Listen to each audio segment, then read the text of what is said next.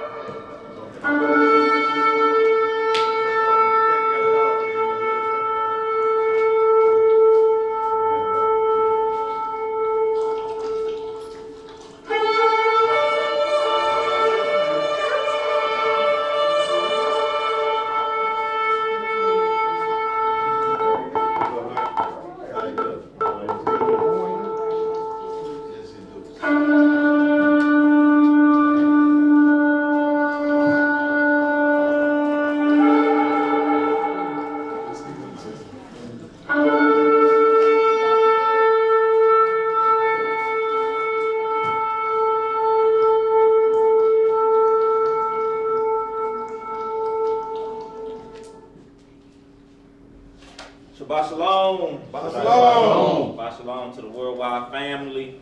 All praise to the Most High and His only begotten Son for allowing us to see another Sabbath day. That's right, sir. Y'all know how we do it. Men uncover their head, women cover their head when praying and prophesying within the assembly. We face holy Jerusalem and we lift our hands up to the Most High. I'm turning it over to Ariel for the prayer. All right, family. We're about to get this opening prayer. And it is with the Most High's permission. Yes. And it is in the name of His only begotten and beloved Son, our Lord and Savior and our Redeemer, Yahushua HaMashiach. Yes. But we know Him as Jesus the Christ, family. Long live the King. Long live the King. Reading in the book of Psalms, in the 14th chapter, it reads, "The fool hath said in his heart, there is no God. They are corrupt. They have done abominable works. There is none that doeth good. The Most High looked down from heaven upon the children of men to see if there were any that did understand and seek Yahweh. They are all gone aside. They are all together become filthy.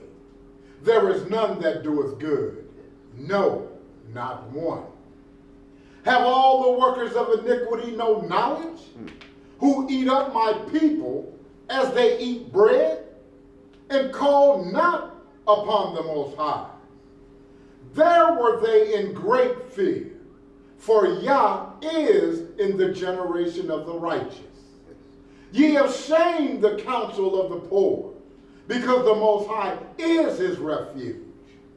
Oh, that the salvation of Israel were come out of Zion. When the Most High bringeth back the captivity of his people, Jacob shall rejoice, and Israel shall be glad." Hallelujah! Selah! All praise. All right.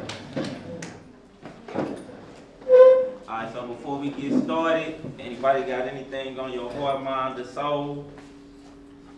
I need to ask, I got to go to a new pass, but to keep this gentleman, I can't think of his last name, but his family in prayer, because, anyway, keep him in prayer, because they acknowledge his girlfriend and her kids, and not even his deceased wife. And anyway, my family as well, and that the Lord will keep on empowering you all like never before, redeeming the times we're in. All right. Do we got any more prayer requests? This, of course, our usual prayers that go out for Brother Agda, Sister Israel in the Holy Land, and all the family over there that's in need of prayer, and the house of Uriah and Hananiah, of course, we love them. Right. I just want to say, I just want to thank God. Everything went well, and I need to wait and see. I'll pray. All praise. Hallelujah. All right. You got anything out there too, Bob? Everything all good, all praise. All right, everything all good. Okay, so today's lesson we're gonna go over. It's called the hour of temptation. But before we get into that, I want to run those rules again. And I don't mean to sound repetitive, but the Bible is repetitive. The Most High constantly repeats the same thing to us over and over and over again. Hard head, stiff neck. Absolutely. So we won't forget. That's right. So we're going to run these rules, and we're going to continue to run the rules because we heading into what is called the hour of temptation. And what that means is going to come an hour or a moment in your life to where you got to choose up. You know what I'm saying? You're going to either choose to do good and follow the Most High, or you're going to choose to satisfy the flesh. And you're going to go, you know what I'm saying, the way of Satan and his angels. So before we get started, we're going to go over these rules. So we're going to start it off in Isaiah, the 28th chapter, verses 9 and 10. One more time, measure, please. Isaiah 28, verses 9 and 10. Thank you.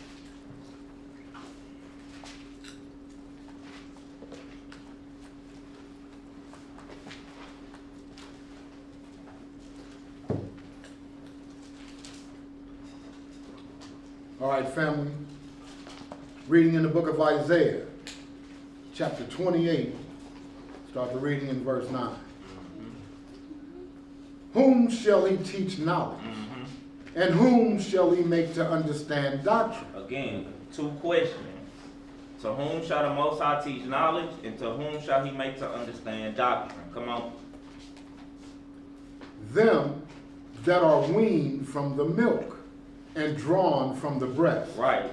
And when you link this up with Hebrews, the 5th chapter, it tells you that anybody that's still on milk is not skilled in the word of the Most High.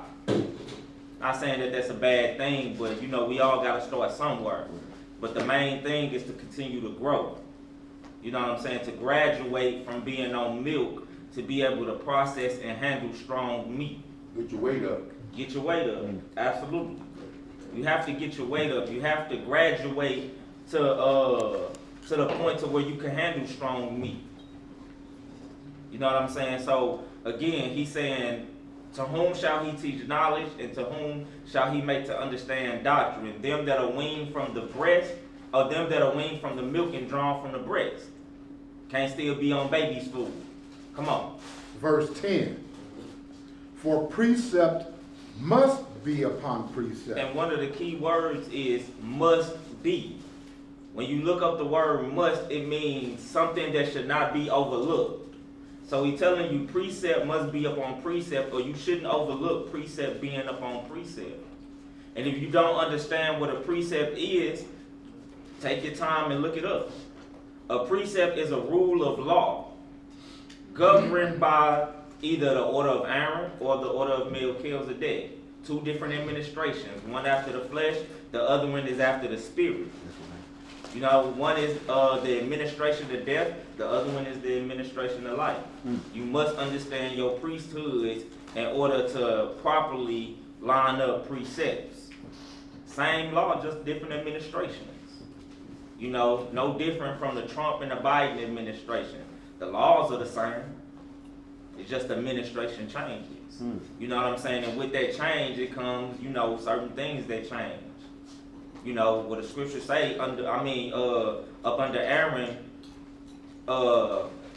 with 2 or 3 witnesses, an individual will be put to death.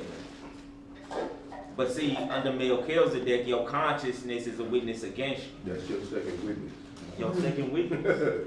Your own self. Mm-hmm.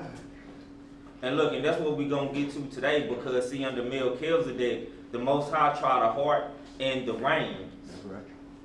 You know what I'm saying? So he want to know why you did what you did when you did what you did. You know what I'm saying? So he don't just look at the actions, but he'll rewind it all the way back to the point to when that thought first was conceived in your mind. And then he'll play it all the way up until you did what you did. You know what I'm saying? So this is a conscious priesthood. You know what I'm saying? Where you govern your own thoughts and your own mindset. You know, you have to check wickedness at the door. That's why Peter told you, gird up the loins of your mind. That's it. And then worry about girding up the loins of your flesh. And if you gird that mind, the rest will follow. That's it. Absolutely. That's it, bro. Whatever the mind tells the body to do, the body will do. You know, so with that being said, precept must be upon precept. Come on. Precept upon precept, line upon line, line upon line. Here a little and there a little. So you see that? This is the foundation of what all your get understanding. Yeah. This is the process. The process is the first and foremost is to understand that the law is the most important thing. Nothing is above the law. Everything is governed by rules and instructions.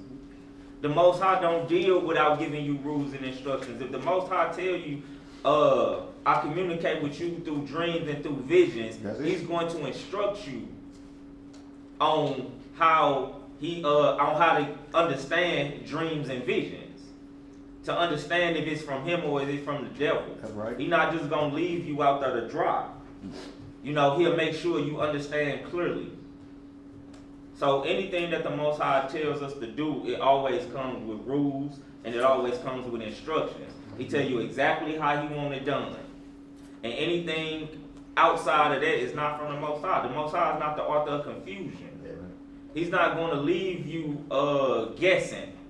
That's why he tell you, lean not to your own understanding.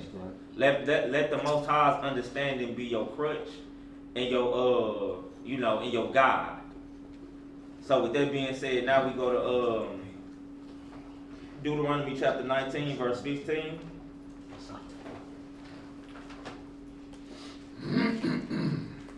So the law is the basis of everything, and then you start branching out to the law and to the prophets. But all that is still based upon law. The foundation of our understanding. When you read Psalms, what is that? Psalms 111 and 10? Mm-hmm. Tell you the beginning of wisdom is the fear of the Lord. They that keep his commandments will have a good understanding. What we doing? Deuteronomy 19, verse 15. Yeah, 1 Corinthians, no, 2 Corinthians. 2 Corinthians 13 and 1. The book of Deuteronomy, chapter 19 and verse 15. One witness shall not rise up against a man for any iniquity Mm-hmm. or for any sin, in any sin that he sinneth. Mm-hmm. At the mouth of 2 witnesses or at the mouth of 3 witnesses shall the matter be established. And see, and that's the same thing with it in the court system today. You can't just have one witness rise up against a man for any crime. So they get this stuff from the Bible. It says everything must be established at the mouth of 2 or 3 witnesses. That's just the rule. You know what I'm saying? Don't let anybody come to you with one witness, you know what I'm saying, and try to establish a matter. Especially in these times, because there's a lot of itchy ear doctrine out here that, you know what I'm saying, that if you ain't up on your game, you know, you will fall away. You will be deceived. You know what I'm saying? So we got to make sure we up on our game, and we have to play by the rules, and we have to make sure everybody else is playing by the rules as well. And that keeps everything decently and in order. You know, and make sure with all our getting, we can get some understanding. And we'll be able to weed out good fruit from the bad fruit. Yes. You know? So let's make sure we hold fast to these rules. 2 Corinthians chapter 13.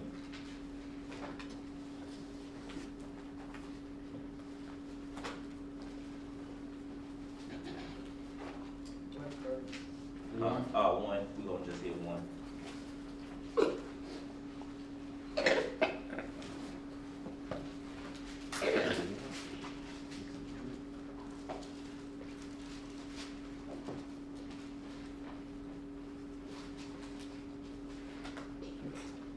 2 Corinthians chapter 13, verse 1. This is the third time I am coming to you. In the mouth of 2 or 3 witnesses shall every word be established. So there I go again. You know, the second witness. That everything is established upon 2 or 3 witnesses. You know what I'm saying? So when we going forth preaching the gospel, or when we, when we talking to anybody about the gospel, you always want to make sure you lay out these rules. You know what I'm saying? So everybody can get a clear and a thorough understanding. So we can righteously divide the word. You know what I'm saying? And it eliminates debate. It eliminates it. You know what I'm saying? It eliminates we agreeing to disagree. You know, because if we lean on the understanding of the Most High say, my ways are not your ways, nor are my thoughts your thoughts. That's right. As the heavens is higher than the earth, so are my ways higher than your ways. So as long as we stick to these rules and stick to these law, statutes, and commandments, you know, we'll promote and we'll preach sound doctrine. That's right. We are keeping the confines of a sound doctrine. So with that being said, now we're just gonna go ahead and get into the lesson. So we're gonna start it off in Revelations, the 3rd chapter. What you got, LC? What's your name on the list? Huh? Hour It's of called the Temptation. Hour of Temptation. Oh, we're gonna start it again. We'll start it What was that again? Ezra? You said Revelation? Yeah, Revelations 3. We'll start it in about 8.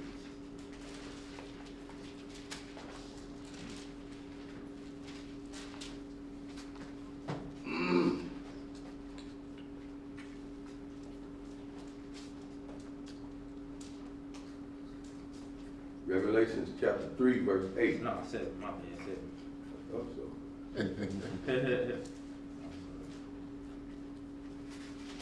Revelations chapter 3, verse 7.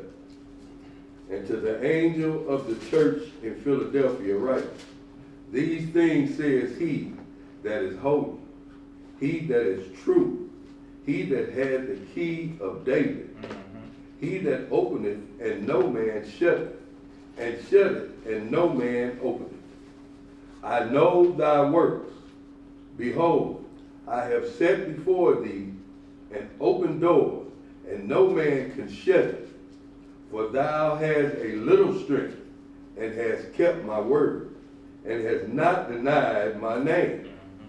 Behold, I will make them of the synagogue of Satan, which say they are Jews and are not, but do lie.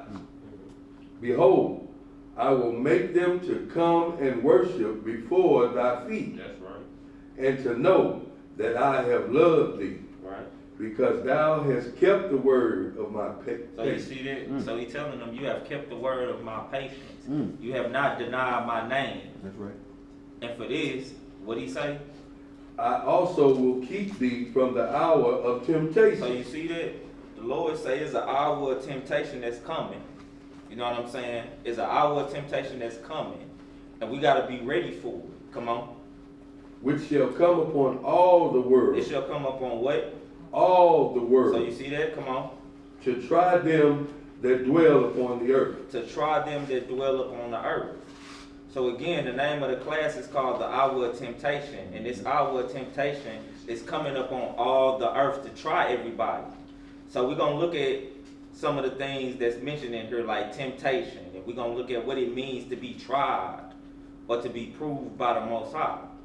You know what I'm saying? So we can make sure that we make it not only through an individual hour of temptation, but through the temptation, through the hour of temptation that's coming up on all the world with the mark of the beast. You know what I'm saying? To try you and to see what's really in there. You know what I'm saying? So we're gonna look at certain things. You know what I'm saying? 13.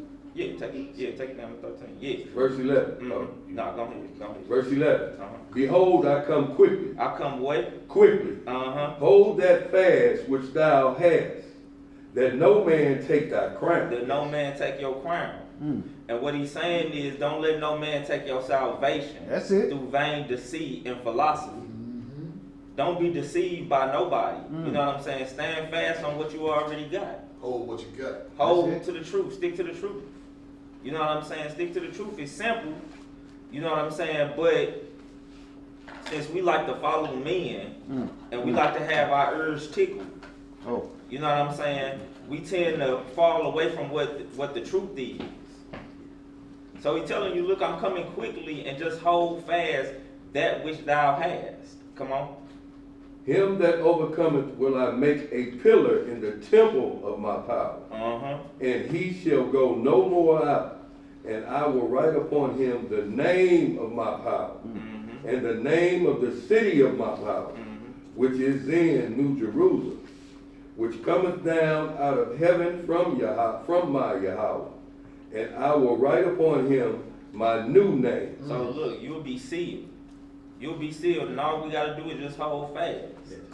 You know what I'm saying? Stick to what he gave us, endure to the end. That's right. You know what I'm saying? And what we saying now is what's called the great falling away. Yeah. You know what I'm saying? And that's because people aren't holding fast to what they already have. See, people want more. You know what I'm saying? They want, you know what I'm saying? They want to hear something that they ain't never heard before. Something new. They want something new. You know what I'm saying? And that's why you starting to hear a lot of new age doctrine creep into, you know, like, no, we don't mix. That's right. You know what I'm saying? We ain't mixing this. You know what I'm saying? It's straight.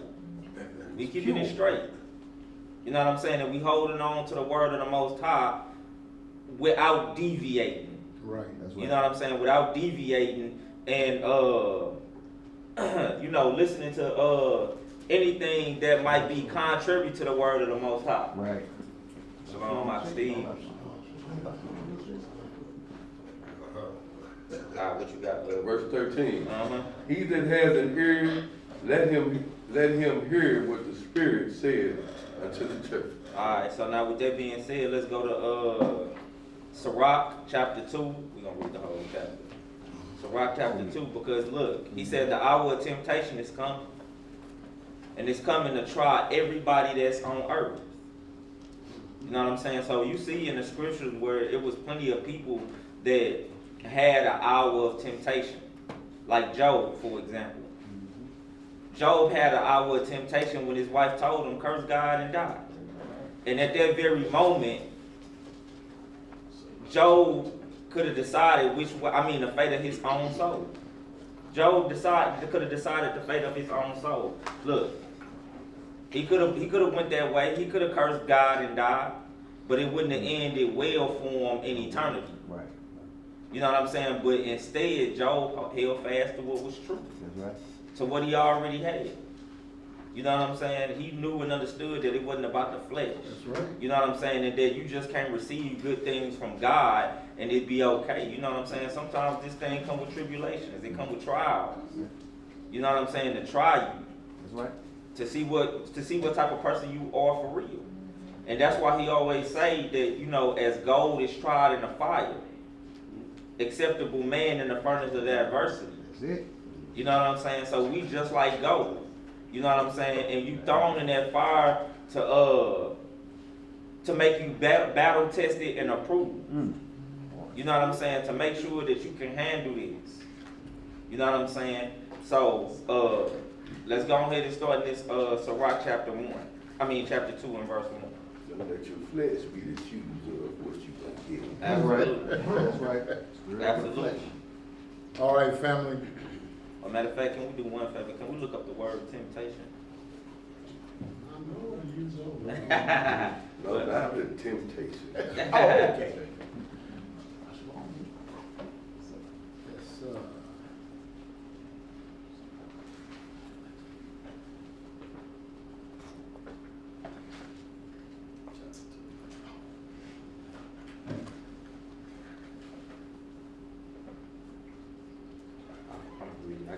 So look, when you look up the word temptation, it means a thing or course of action that attracts or tempts someone to allure, allurement, enticement, seduction, attraction.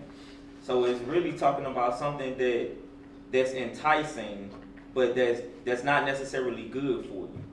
You know what I'm saying? Something that's that's trying to allure you to do something that's contrary to the word of the Most High. That's what it means to for temptation. That's what a temptation is.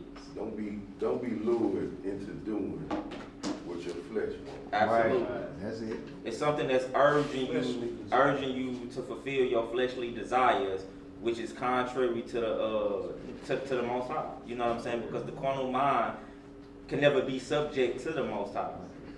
What you got, bro? Yeah, that's what they even saying in the little movie. You know, we got to think of a name that something that everybody wants.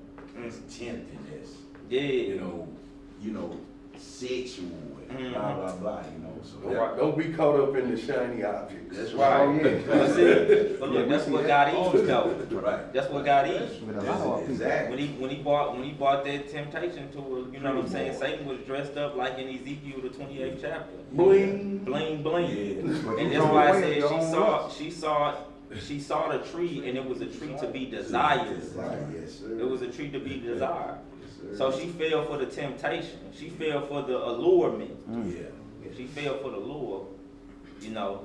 So we gotta make sure, you know, when the hour of temptation come up on us, that, you know, we put off the flesh. Right.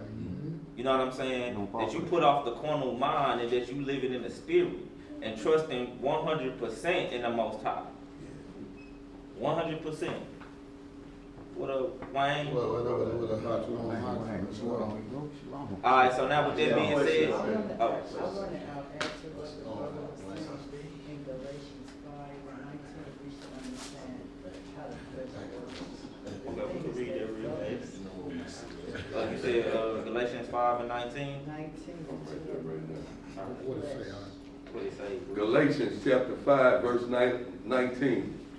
Now the works of the flesh. Start that in 16, would you? Yeah.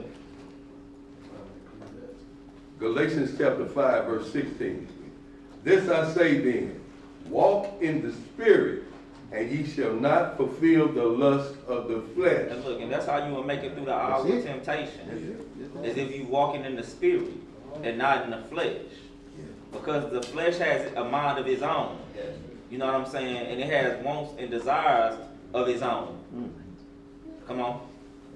For the flesh lusteth against the spirit, and the spirit against the flesh. So they war against each other. Right. And you will read Paul talking about that in Romans chapter 7 when he was saying, you know, the things that I want to do, I don't do. But the things that I don't want to do is the things in which I do. Because the flesh and the spirit are constantly at war with each other. Don't let your flesh be the chooser of what you're going to do. Right. For the flesh lusteth against the spirit, and the spirit against the flesh. And these are contrary the one to the other, so that ye cannot do the things that ye would. That you would? That ye would. Right, because they constantly at war with each other. Their desires are contrary or in opposition to one another. You know what I'm saying? Come on. But if ye be led of the spirit, ye are not under the law. Ye are what? Not under the law. Why? Because you were fulfilling the law. Yes. You know, you fulfilling the law. If you already doing the law, you don't need the law, because the law is a reminder for those that are not doing it. Right. You know what I'm saying? So if you already fulfilling it, if you walking in the spirit gonna tell you, oh, I shouldn't be, you know what I'm saying, eyeballing that man's woman like that. I shouldn't be thinking about stealing this, you know, any money from anybody. I shouldn't be thinking about mercy. The spirit will tell you that. Right. You know what I'm saying? The spirit will tell you that. We don't, you know what I'm saying? And at that point, you don't need a physical law. Abraham them didn't walk around with a physical law. Right. But Genesis the 26th chapter tell you he kept all of God's commandments and he was perfect. Yes, sir. He was his friend. Yeah, he was his friend, so it was all Did in you there. say that? Right. Because Abraham walked in the spirit. He walked in the spirit. So if we walk in the spirit, we are not under the law. Come on. Now the works of the flesh are manifest. Or what? Are manifest. Or meaning revealed. See, you can tell when a person is walking after the works of the flesh. Right. You know what I'm saying? Yeah. Because, I mean, you hear it all in the world today. Yeah. You know what I'm saying? Every TV show you look at, every song you hear on the radio is all about the works of the flesh. All about the works of the flesh. So it's manifest. It's easy to peep and it's easy to see. You know what I'm saying? On others and you. What you got, bro? This is like one of the scripts that preacher man go to and stop right there. Yeah. So you won't. Yeah, he don't want you to read it. Right. But no, we gonna read it all. We That's gonna right. read it all. That's how you do it.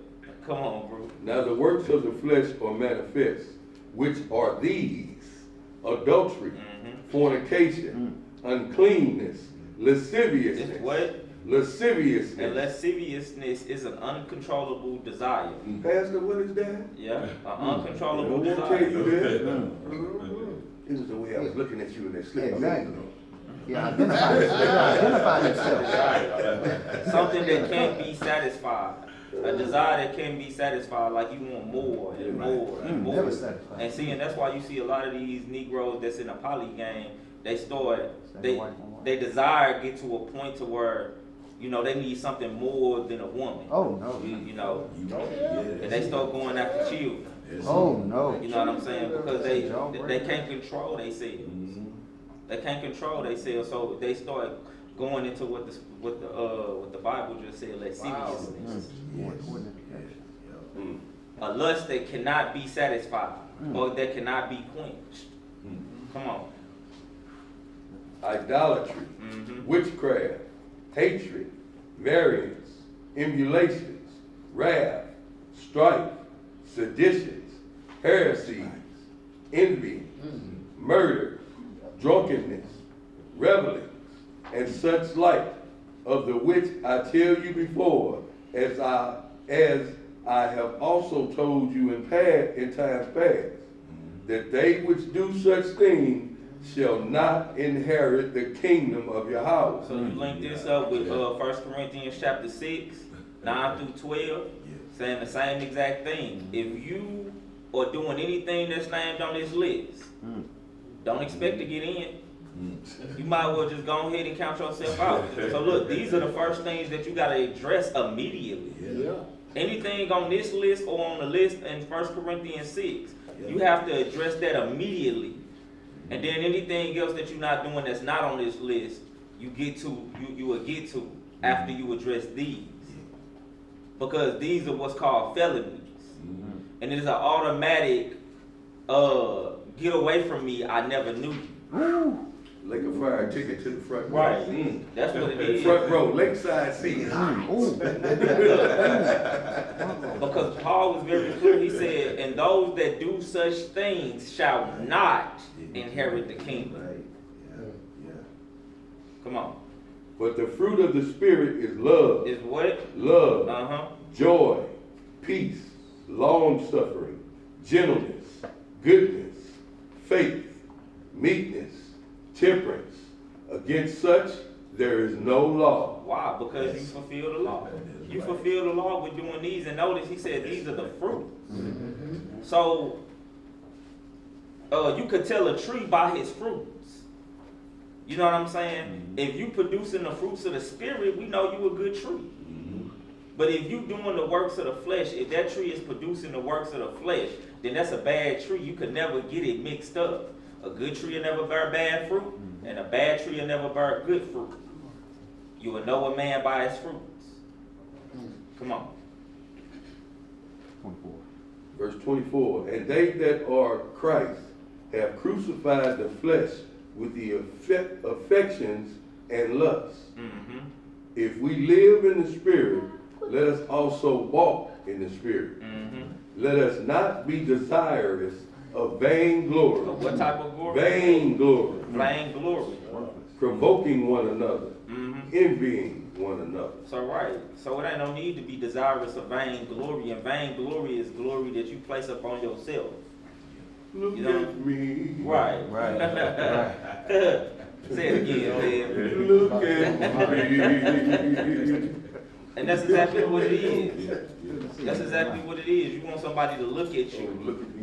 seem to me. You know, but the Most High say everybody that exalts themselves will be humbled, and everybody that humble themselves will be exalted. That's right. There ain't no need to put no glory up on yourself. You know, just keep your head down, man, and continue doing what the scriptures say. That's right. You know what I'm saying? Preach the word, and you know what I'm saying? Don't let no man take your crown. That's it. Be a humble servant. Humble servant, right? So all right, now we're finna go into Sirach chapter 2. The hour of temptation. The hour of temptation is coming to try you. It's coming to try you. Be battle tested and ready Absolutely. at all times. And look, and the Most High gonna try. He gotta try you. Right. You know what I'm saying? But look, he'll never try you with evil, though. The Most High never try you with evil. So you gotta know the differences between when Satan coming to you to tempt you, and when the Most High it's just a trying or a proving period. You know what I'm saying? The things that he do. You know what I'm saying? Because look, we all gonna face it. We all gonna have that moment. Yes, we are. It's like At the some scripture point. even say, prove a friend. Do what? Right. Prove a friend. Prove a friend. You gotta try a friend. That's A right. lot of people say they solid. Right. Yeah. And look in the Bible and see, and that's the beautiful thing. Look, and that's the beautiful thing They say they about solid. that's the beautiful thing about the Most High too. Because see, not only do he tell you to try a friend, he tell you how to try a friend. That's right. And what to look for, because the Most High, when he say that, he run a whole list. Look, this to be a friend that's not really a friend, Right. but then he turn right back around and say, this is how you know who a true friend is. You know what I'm saying? Because a true friend, he gonna make sure your mind is like he is. And both y'all minds should be serving the Most High. Right. You know what I'm saying? But a fake friend, shoot, he gonna sit and he gonna watch for your downfall. Right. You know what I'm saying? He gonna be envious. Envious and backstabbing you behind your back, but all along in your face, he pretending to be your friend. You know what I'm saying? So the Most High don't leave you like clueless. He tell you, look, this is a real friend. You know what I'm saying? But look, he proved Abraham, didn't he? Yeah. And Abraham passed the test. If they solid, their actions gonna back that up. Yeah. But if they ain't, they gonna do a whole lot of lip service. Don't say. I got your back, dog. Right. A solid person ain't gotta tell you that. That's it. That's it. They ain't got to say it. They ain't got to tell Action you. speaks out in the Somebody word. who ain't cool all the time. Yeah, I'm cool. No, you ain't cool. You ain't gotta tell me. You try to convince me you cool. Exactly. Right, It exactly. ain't working. Right. Ain't working. His buddies on Backlit buddies. Yeah. And my mom used to buy my sneakers out the grocery store. My Nike symbol was upside down. Oh, tell Mom. Shut up and put them on. There you go. They used to have a question mark on his. Yeah, well. All right, I was fella. wearing kids, so I wasn't a kid. He said, I used to go and cut out a check mark. Draw it on the side. All right, family, we're going to be in the Apocrypha, in the book of Ecclesiasticus or Sirach, chapter 2. We'll start the reading in verse 1. Everybody there? Let's get some understanding, family. Come on.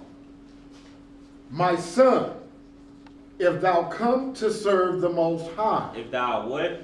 come to serve the Most High. So if you come in and you looking to be a servant of the Most High, come on. Prepare thy soul for temptation, Did he say your flesh?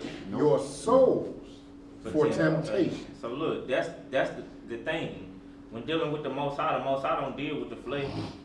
The Most High deal with your soul. And that's what he's telling you. Prepare your soul for temptation. Gird up the loins of your mind. Yeah, Yes, this right. ain't about the flesh. The flesh is already marked for death.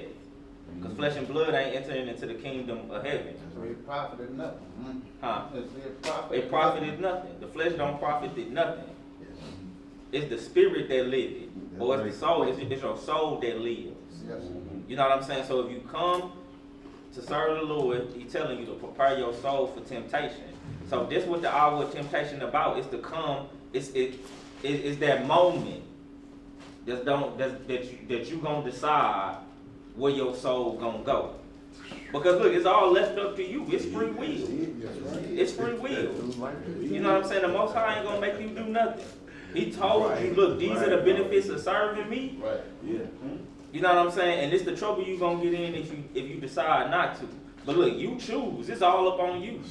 Better fight to get out your flesh. Right. And he'll tell you, I don't give no man license to sin. That's it. I ain't gave you license to sin. But I am gonna allow you to choose because you're not a robot. Right. You know what I'm saying? Job could have chose to curse God and die, but he quickly got on here. What? You know, should I receive good things from the Most High and not bad? You know what I'm saying? He told him, whatever, naked I came, naked I shall leave. He suffered for a long time. A long time. So he's gonna just take that one moment of pleasure to curse God Right. and throw all of that time away? And look, and Job was the richest man in the richest man. You know what I'm saying? But Job had been a real friend to the Most High. Because the Most High blessed him. And blessed him greatly. But then shoot, in your hour of temptation, man, you turn your back on the Most High. Right. Shalom. When things get hard. Right, when things get hard. That's not a real friend. That's a fair weather friend. Right. That's exactly what it It's is. going Fair good for weather. you now. I got your back. Right. But see, that's like a lot of brothers when they go to jail.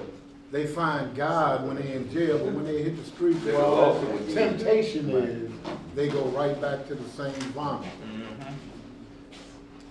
Verse 2 of chapter 2.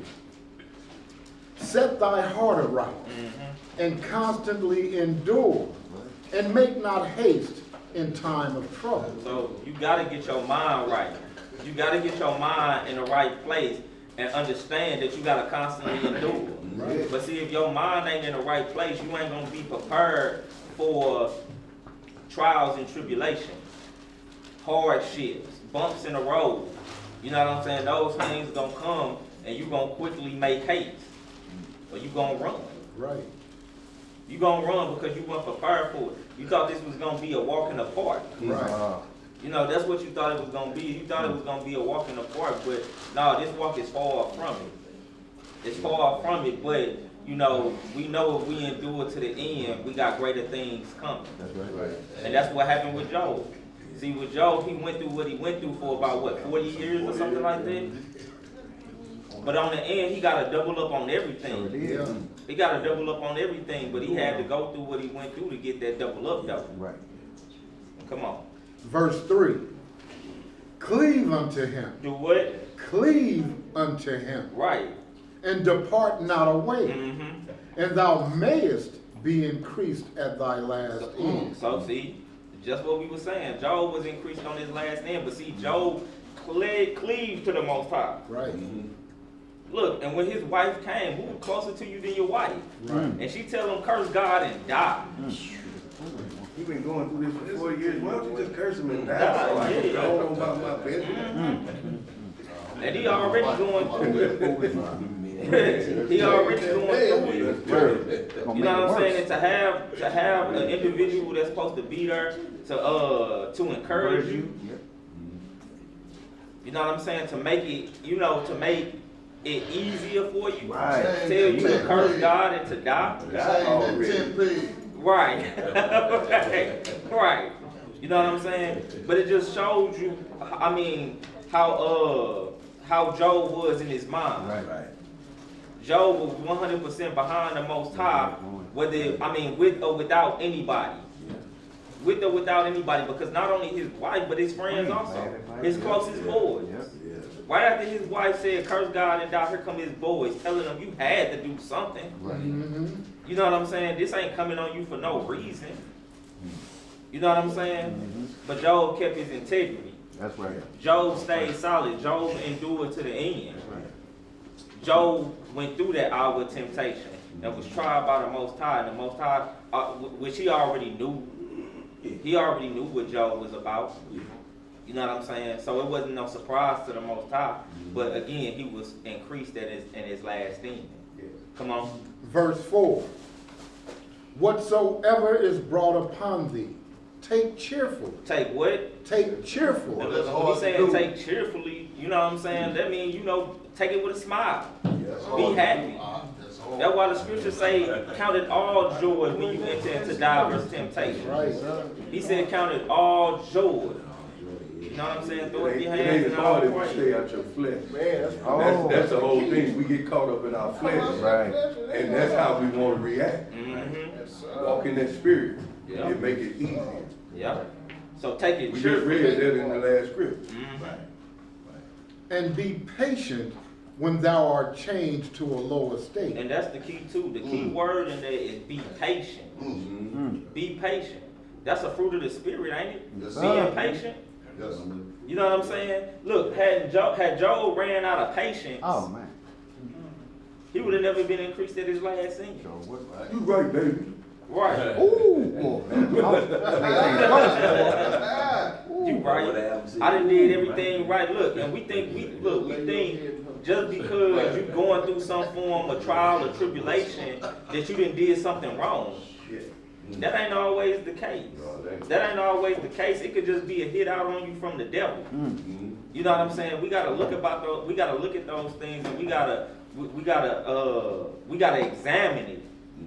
You know what I'm saying? Because it might just be something that the devil want to move. I mean, the devil out for you. So it might not necessarily be the Most High. But look, no matter what he said, be patient when you change to a lower state. When you change to that lower state. Come on, because you know in the end, you know what I'm saying, you're going to be exalted. Right. And that's what the devil do though. Like he said on Job, take the heads off of him. Watch me get him. Said the same thing with the Messiah.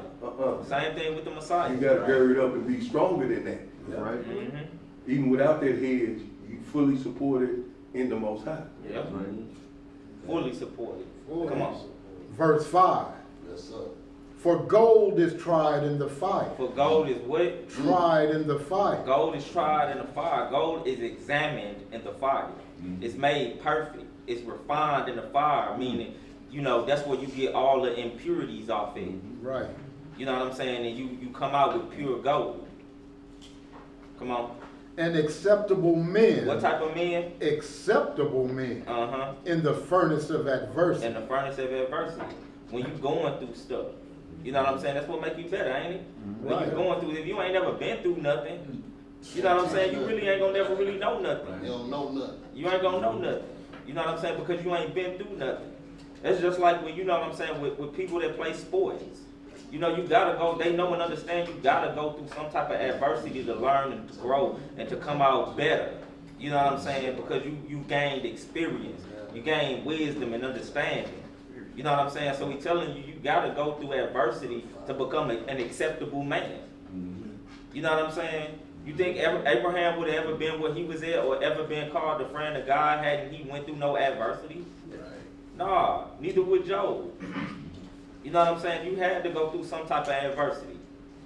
You know what I'm saying? But they always kept their faith in the Most High. Always kept it. Never veered off to the left hand or to the right, but stayed on that narrow path.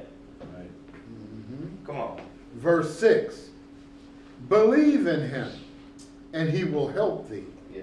Order thy way aright, and trust in him. So it's so many important words in here. Look, what he's saying, believe in him. You gotta have that faith. That's right. You got to have faith, because without it, it's impossible to please the Most High.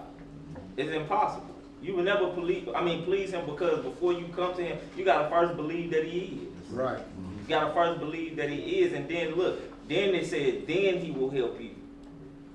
You think he would have helped Jacob on his way back to see with his parents when Esau was coming to, to kill him?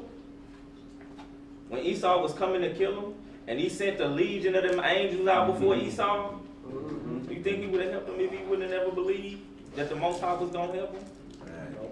Like, no. The Most High wouldn't have helped him. And then it said, order thy way aright and trust in him. So you gotta be on the right path. You gotta be on the right path. Your feet gotta be stepping. You gotta be on that straight and narrow path. If you're not, then it's gonna be some trouble for you. It's gonna be some trouble for you. Come on. Verse 7. Ye that fear the Most High, wait for his mercy, and go not aside, lest ye fall. Ye that fear the Most High, believe him, and your reward shall not fail. Your reward ain't gonna fail. Come on. Ye that fear the Most High, hope for good, and for everlasting joy and mercy. And everlasting joy and mercy. And look, everything that he was just saying, you know what I'm saying, like waiting for his mercy. You know what I'm saying? You might get into a situation to where, you know what I'm saying, like just think about it. Like right now, the famine came over the whole world. You know what I'm saying? And you really hungry. You know what I'm saying? Are you gonna wait for the mercy of the Most High? Or you gonna give in? You know what I'm saying? Or you gonna give in? Or you gonna believe that he gonna reward you? You know what I'm saying? These things that we really gotta think about, and really we have to make up. You have to make up in your mind.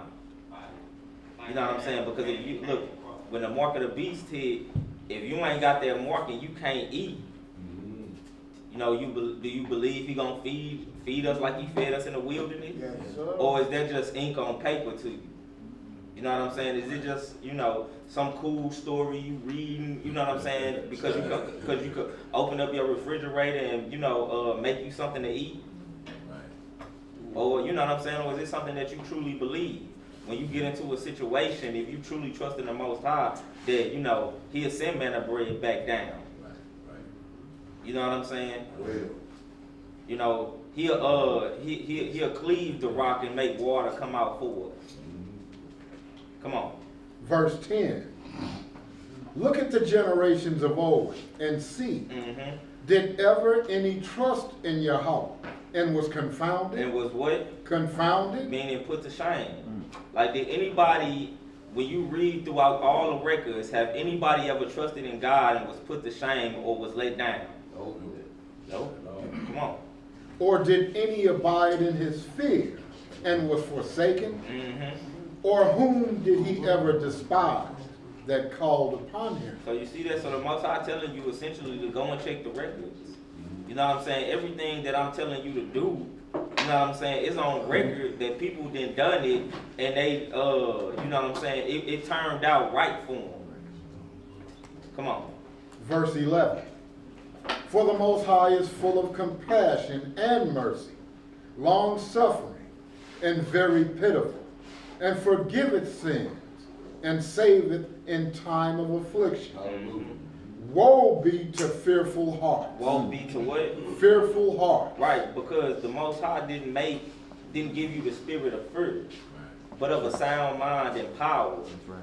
You know what I'm saying? So if you fearful, what the Most High gonna do with a fearful individual? Right. You know what I'm saying? The sound of a shaking leaf will scare the hell out of you. You know what I'm saying? So look, you got to, you know what I'm saying? Your heart can't be fearful. Your heart can't be fearful, because the Most High ain't dealing with fear. Come on. Woe be to fearful hearts, and faint hands, and the sinner that goeth two ways. So you're a double-minded individual. Right.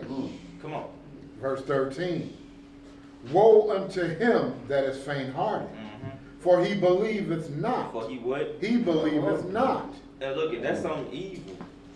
When you get into the book of Hebrews, chapter 3 and chapter 4, he told you those in the wilderness didn't get in because of unbelief.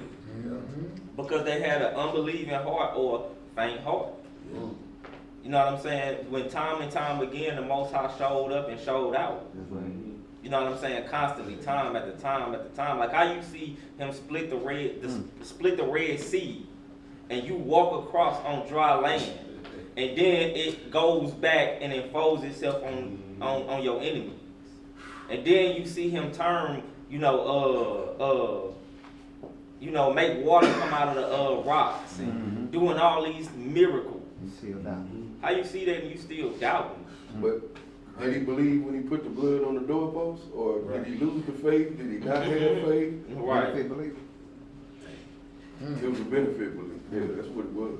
Oh, y'all cooking some lamb? Yeah, I put this blood up here. So it was a lot of putting going on. It was a lot of, and you see that today. It was a lot of With no doing lamb. the next person was doing. With them, right. I'm tired of this man of bread. Right. There was a lot of people doing stuff that they was doing just because their friends was doing it.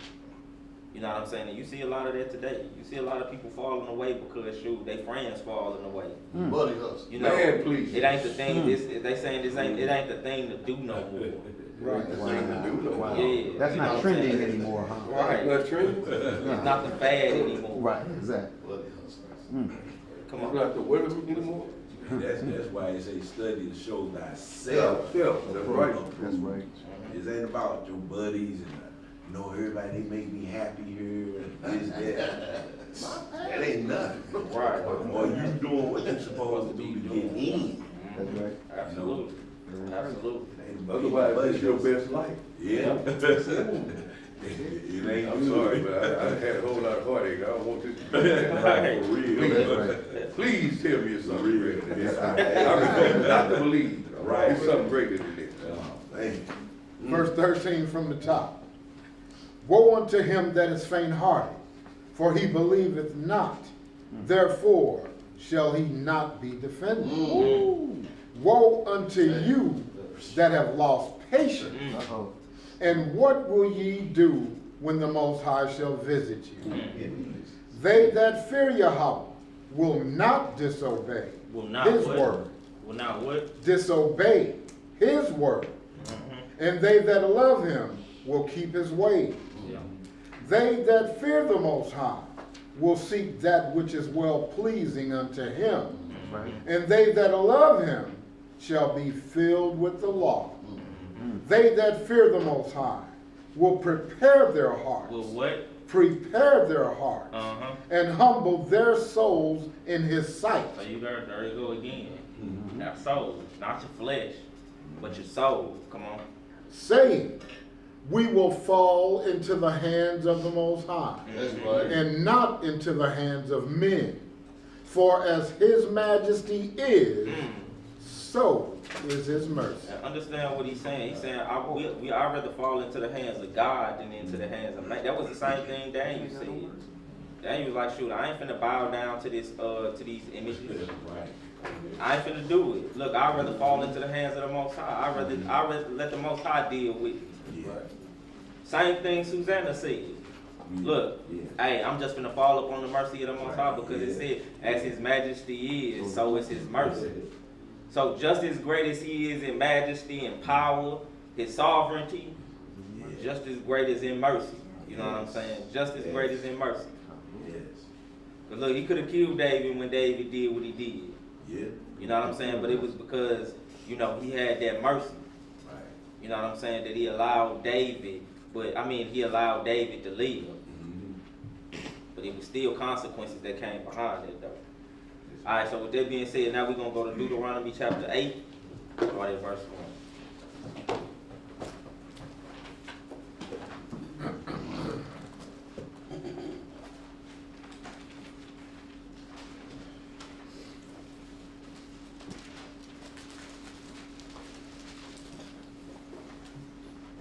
All right, family. I'm going to be reading in the book of Deuteronomy, chapter 8.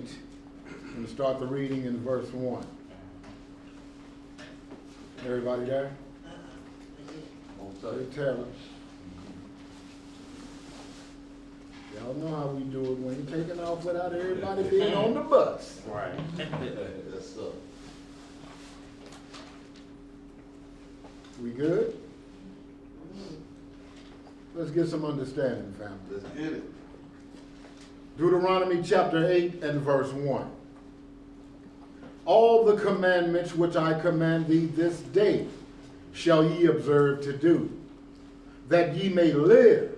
That you may what? That ye may live and multiply Mm. and go in and possess the land which Yahweh sware unto your fathers. And thou shalt remember all the way which the Most High thy Elohim led thee these 40 years in the wilderness, to humble thee. To do what? To humble thee. And to prove thee. And to what? To prove thee. And when you look up the word prove, it means to test or to try you. So we say he led you in these wilderness and they went through what they went through to humble them and to try them or to test or to prove them. Come on. All right. Purge out the rebels. To do it. Purge out the rebels. Purge out the rebels. Come on. To know what was in thine heart. So you see that he said to know what was in your heart. You know what I'm saying? The Most High bring a trial up on you to know what's in your heart. That's right. To know what you gonna really serve him or not. Come on. whether thou wouldest keep his commandments or no. So you see that? That's the whole reason he did this, is to know whether you was keep his commandments or not. Come on.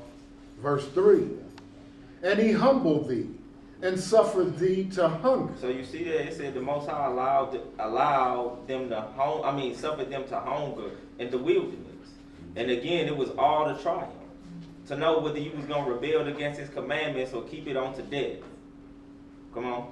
And fed thee with manna, which thou knewest not, neither did thy fathers know, that he might make thee know that man doth not live by bread only, but by every word that proceeded out of the mouth of the Most High doth man live. So you see that? So bread is not the only thing that'll sustain a man. Bread and water is not the only thing that sustain a man. It says every word that cometh out of the mouth of God, that's what sustains you.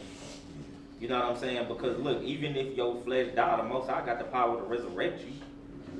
You know what I'm saying? The Most High can resurrect you. Ain't no food do that. Right. Ain't no food do that. Put it all on his mouth, whatever. You know what I'm saying? So like, what's Don't the be that day. right? So what's the point of taking the mark of the beast if that's the case? You know what I'm saying? If it's the case that the Most High can resurrect the flesh or resurrect your soul, then what's the point of taking the mark of the beast? You know what I'm saying? Yeah. Or what's the point of faltering in your hour of temptation?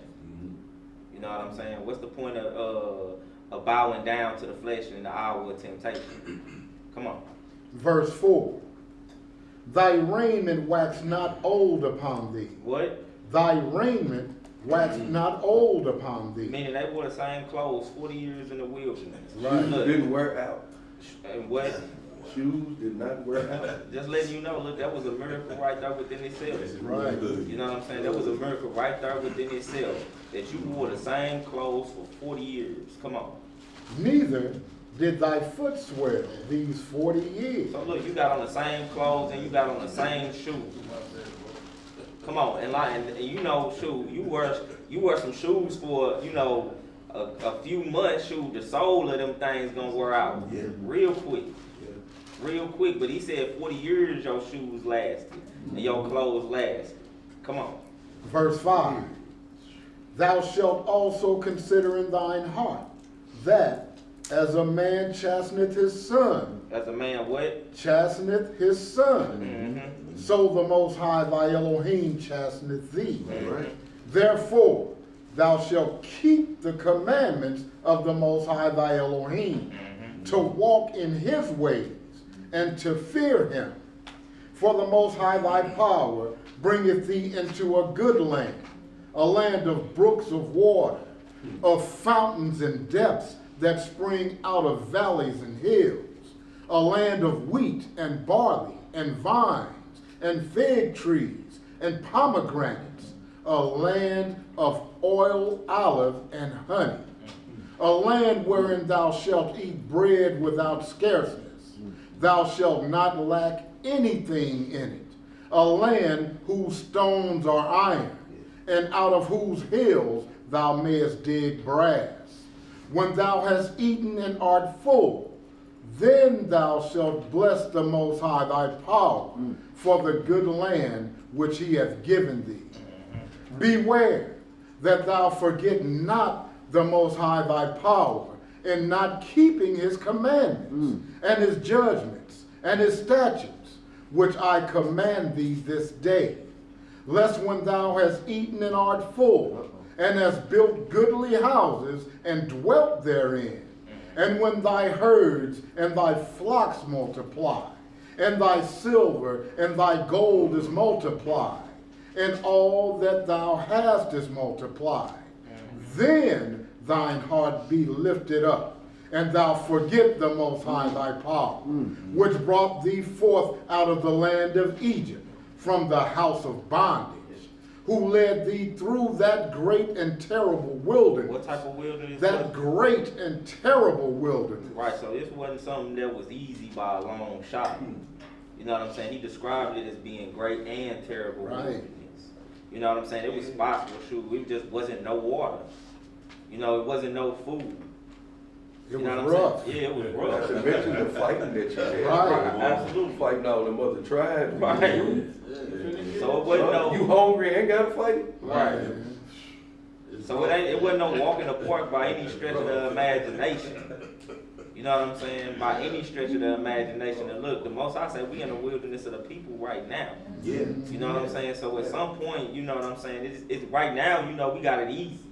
You know, because you can go home and watch a little TV, open up the refrigerator, eat you something, and drink you a little something. Even just to turn the faucet and get water. Right. You know what I mean? That's major. Yeah. You know what I'm saying? But it's gonna come a time to where you can't do those things. You know what I'm saying? You ain't gonna be able to do it. You know what I'm saying? Look, we got it easy right now. Look, the Most High ain't start trying nobody yet. You ain't really been tried yet. We got it easy. You know what I'm saying? Wait till we remove the head. Look, wait till the scriptures start coming to pass when he say, and he gonna wear out the saints. Right. Man, I feel Ain't like no he blood doing in it this already, man. No, he ain't worrying. Well, get tough there, buddy. Hey, right, you better. Ooh, we. Hey, look. No, you can go home and you can go to a little safe space and just chill and block the world out. Like, no, it ain't got hard shit. You can block all that out right now. Yeah. You You ain't go got hard home, shit. like you said, have your safe space. You can meditate. Yep. You can relax your mind. Yeah. When everything gone, ain't no relaxing of the mind. Right. Wait till you start worrying people out. When we going through what God said in Ukraine, That's right. that's when you'll see. That's right. Boy, you They think still got all the aid though. That's not even real war. Like they fight, they play. They don't still got a place got to all stay their though. supplies. Right. Right. I mean, opposed to what they doing in Gaza, they done cut everything off. Imagine all our houses are gone. This is where we Gone, gotta yeah. stay. We gotta go find We all somewhere gotta to stay right here for 3 months. Right. Yeah. No aid. Where you going? You talking about no aid? And keep the brotherly love. Yep. Like, right, just because your stomach touching your back don't give you a good reason to break the laws of the Most High. Right. You don't have no excuse. Look, he said you gotta endure to the end, whether the end be death or whether the end be at the second coming of the Most High when we changed in the twinkling of an eye. But just because you having serious hunger pains don't give you any reason to transgress the commandments of the Most High. How many days we got for them tables empty back there? If we had to stay in here right now. Say a couple hours. Right. Monday morning when they close, we all gonna be looking at each other like, Each other out I know the weed smoking gotta go immediately.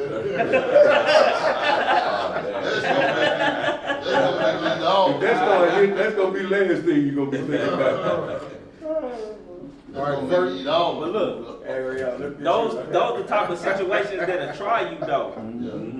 Because we could barely make it through the Day of Atonement. Yeah.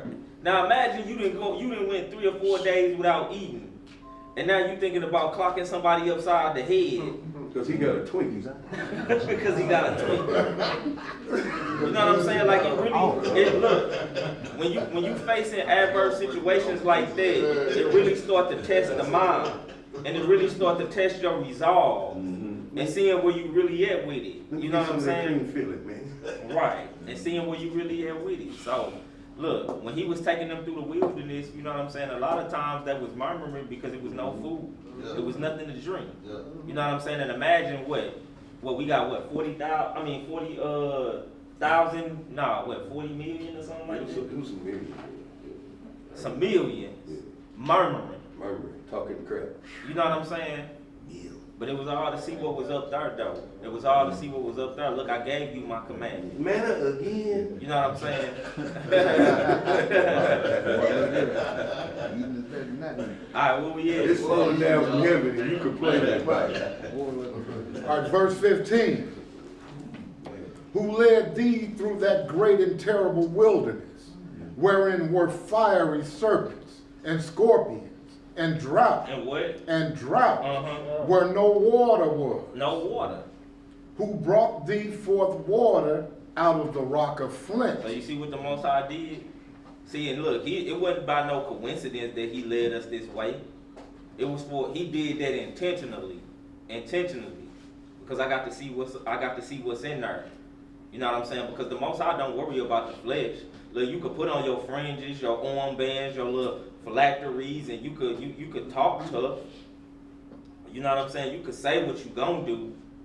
You know what I'm saying? But when you really going through the wilderness, you know what I'm saying? Then that's really gonna pull out what's really, governing that up there. You know what I'm saying? See, David in the Psalms, he said the Most High possessed my reins. You know what I'm saying? What he was meaning was, see, the Most High controlled my thoughts and my actions.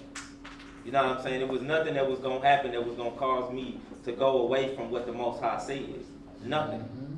You know what I'm saying? Like, you could have put him in the wilderness with no water, with no food, and he was going to trust the Most High. Come on.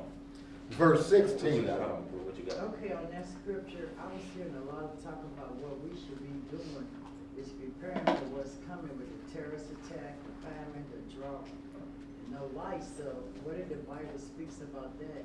Should we actually be storing up food and water? Well, you don't gotta store food. You don't gotta store food because look, the Most High sent manna bread down. Right. The Israelites didn't gather food up Right. coming up out of Egypt. Right. And if you That was in the wilderness. That was the whole point of I the understand that, but if you store up your food, you got all water and food at your house. And you can't get it. But just so happened this weekend, you went to Kansas City, when all hell broke loose. Now you got all that stuff in your house, how you gonna get to that? Right. Because look, Just asking. I understand that, but that's, A lot of talk is about what we should be doing. Yes. but ain't nobody been doing it. So this is the measuring stick we should be going off of. That's it. Faith in him. That's right. it. That he will Because provide. we can store up all the water and food we want, but if you ain't at home to get to that food and water, all you did was save it for somebody else. Or you can tell me home and come and take it. Or somebody come and take it from you. now we Yeah, I know. say it's This been going yeah, on I'm for gonna say years. the best That's been going on for years. We should do that, we should have lights and candles, we should get generators and. we should- Generators, if it ain't no gas, what you gonna do with the But generators? look, right. But now I be finna say just the best answer is what the Bible tells you. You know what I'm saying? Look at what they went through the wilderness. What he say? He was a pillar of light by night and a fire by day or something like that. You know what I'm saying? He provided the Israelites with everything that they needed. You ain't gotta store up clothes. You ain't gotta store up If it food. comes you on your rooftop, you ain't even supposed to come down. Right. So again, you got stuff stored right under your feet that you ain't even supposed to go get. Aren't you more valuable than many sparrows? Yeah. He provide. You gotta have faith in the Most Provide High. food for them. Yeah. Right. And what, how you feed Elijah? Yeah. You Yeah, fed Elijah exactly. with that Right. crow? Yeah. Just kept bringing them bread. Yeah. So look, what it is a lack of faith. That's why. That's the only reason somebody see. Look, the only.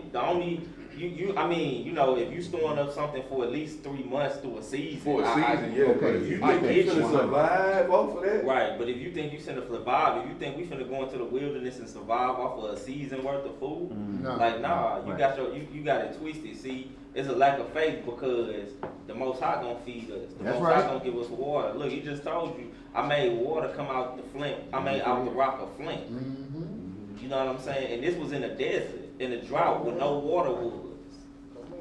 But the water flowed like it was a river there, didn't it? Right. if you depended on your bottled water, now you rationing out sips. Right. Right.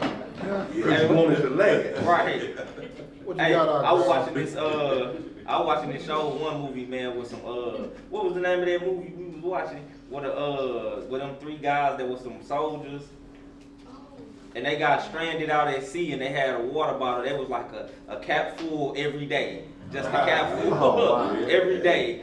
You just drinking a cap full. Yeah. You know what I'm saying? But that's what he was saying. Like, should we be rationing out that water bottle amongst all of us? Yeah. Come on, we know that ain't gonna work. Right.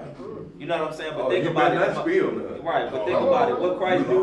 What Christ do with them 5 That was loaves your drink. and them Right. few fishes? Yeah. He fed how many? 5,000. That's I 5,000. had leftovers. And then have leftovers. Everybody's food. So it's just going to show you. I mean, I should be in the Most High, because look, even if you storing it up, he telling you, man, don't live on bread alone. That's it. That ain't the only look. The Messiah, Moses, and Elisha all went 40 days without food or water. Right.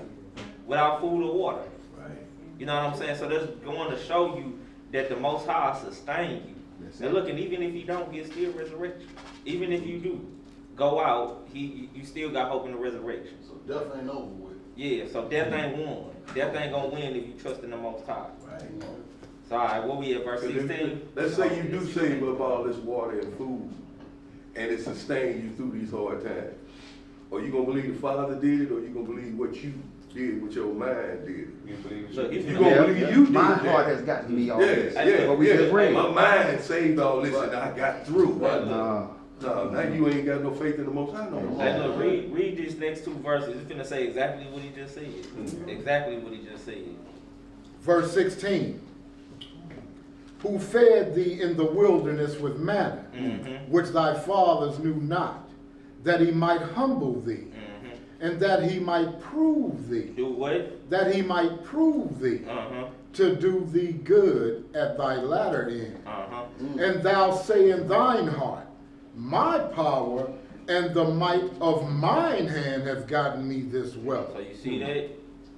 So you see that? Sure. We can't be like that. We can't get to the point to where we saying, we did something. And that's not to say you can't save but food and water. Right. But don't look for salvation out of that. Right. Yeah, so somebody know you got it, they come to get it. Right. Somebody gonna come pay you a visit. I heard you got some water, dog. My baby ain't had no water in 3 days. You gonna have to give me some of that water. Yeah. And then, First What they you gonna gonna do? have, then they gonna Yeah, take then it. they gonna take it. Then it's gonna get aggressive. Right. Don't give it to them. What you mean I can only have one Yeah, bottle? yeah. But you know how some people are. They take that kindness for weakness. yeah. You give them some, they come back later and take it all. That's how they make it. Hey, you know that. I'm just saying, you know how we You act. have your man, you know. That's how I really want What you got to about? Luke 12. Now you killing over water. Luke 12 and 24 says, consider the raven. That's the key. Him. What you say, Tupac? Luke 12 and 24 says, consider the raven, for they neither sow nor reap, That's right. Sir. which neither have storehouse nor barn, Right. and God feedeth them. Yes, sir. How much more are ye better than the Father? That's Yeah, right. absolutely. They got stuff stocked up. See, Right. They got water sitting up on the branches. Right. Worms sitting over there drying out.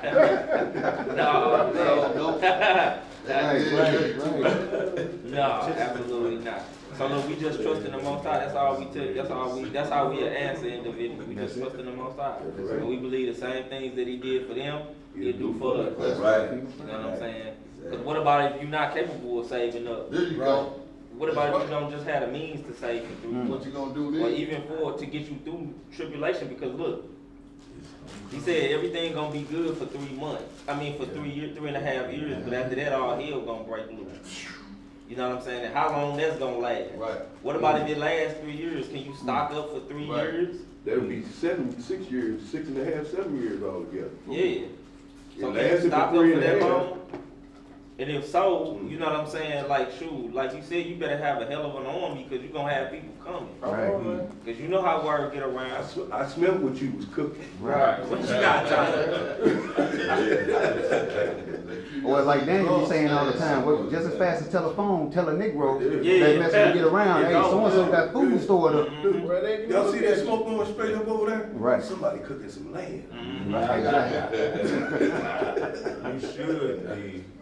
You should be a vessel full of water. What is the water that the vessel was full of? The word. The word is the water, and the water is the life. Give you like, that's right. All right, we're in verse 18. But thou shalt remember the Most High thy Elohim, for it is he that giveth thee power to get wealth, that he may establish his covenant which he sware unto thy fathers, as it is this day. And it shall be, if thou do at all forget the Most High thy Elohim, and walk after other gods, and serve them, and worship them. I testify against you this day that ye shall surely perish as the nations which the Most High destroyeth before your face. So shall ye perish, because ye would not be obedient unto the voice of the Most High your Elohim. Praise. All right, now we're going to go to James chapter 1.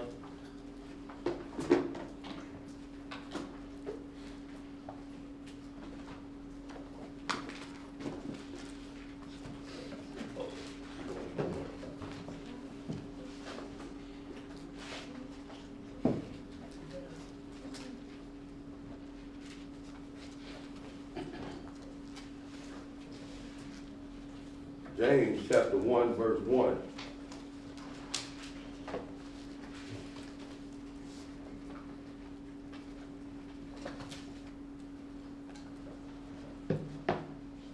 James, a servant of Yahweh and of the Lord Jesus Christ, to the 12 tribes which are scattered abroad, greeting.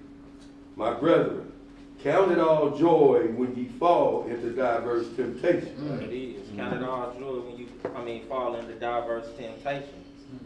Just like it was saying in the book of Sirach, take it cheerfully. When you change to a lower state. Come on. Knowing this, that the trying of your faith worketh patience. That the what? The trying of your faith worketh patience. So the testing of your faith worketh patience. You know what I'm saying? It'll make you a trustworthy individual to the Most High. He can know he can trust you through all situations to uphold his laws, statutes, and commandments. And it worketh patience too. You know what I'm saying? It'll bring about patience. You will know in a situation, all I gotta do is just bide my time. You know what I'm saying? But that's why he tell you endure to the end.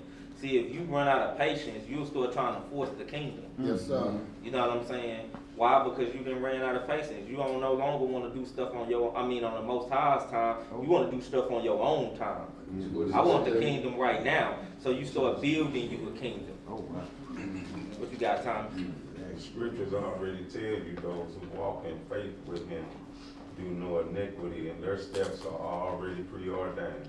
They already what? Preordained. Preordained, already established.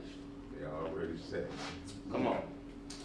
But let patience have her perfect work, that ye may be perfect and entire, wanting nothing. If any of you lack wisdom, let him ask Yahweh, that giveth to all men liberally, and upbraideth not. And do what? And upbraideth not. So don't doubt. You know what I'm saying? If you ask the Most High something, ask him in faith and don't doubt. Yeah. Verse 4, where he said perfect and entire, meaning whole. Absolutely, meaning whole. That match up with Titus chapter 2, verse 1 through 8. Absolutely. Come on. Verse 5. No, 6, you're right. I'm going to do 5 anyway. If any of you lack wisdom, let him ask Yahweh, that giveth to all men liberally, and upbraideth not, and it shall be given him. But let him ask in faith, nothing waver. For he that waver is like a wave of the sea, driven with the wind and tossed. For let not that man think that he shall receive anything of the Most High. A double-minded man is unstable in all his ways. Let the brother of low degree rejoice in that he is exalted, but the rich in that he is made low. Because as the flower of the grass, he shall pass away. For the sun is no sooner rising with a burning heat, but it withereth the grass, and the flower therefore falleth, and the grace of the fashion of it perisheth. So also shall the rich man fade away in his way. Blessed is the man that endureth temptation. That what? That endureth temptation. For when he is tried, he shall receive the crown of life. So you see that? He shall receive. Right. So and that's what it's all about. It's all about enduring temptation. You know what I'm saying? Because temptation gonna come. You know what I'm saying? But you just have to be patient and you have to wait it out. That's right. You know what I'm saying? But then he said, for when he is tried, see, when you put through the test, you know what I'm saying? And that hour of temptation, you know what I'm saying? You will receive the crown of life. You know what I'm saying? Because that's at the moment where you got to choose up. You know what I'm saying? You can't play the fence. You got to choose a side. Right. You know what I'm saying? And if you choose the side of the Most High, then you'll receive your crown of life. That's right. Come on.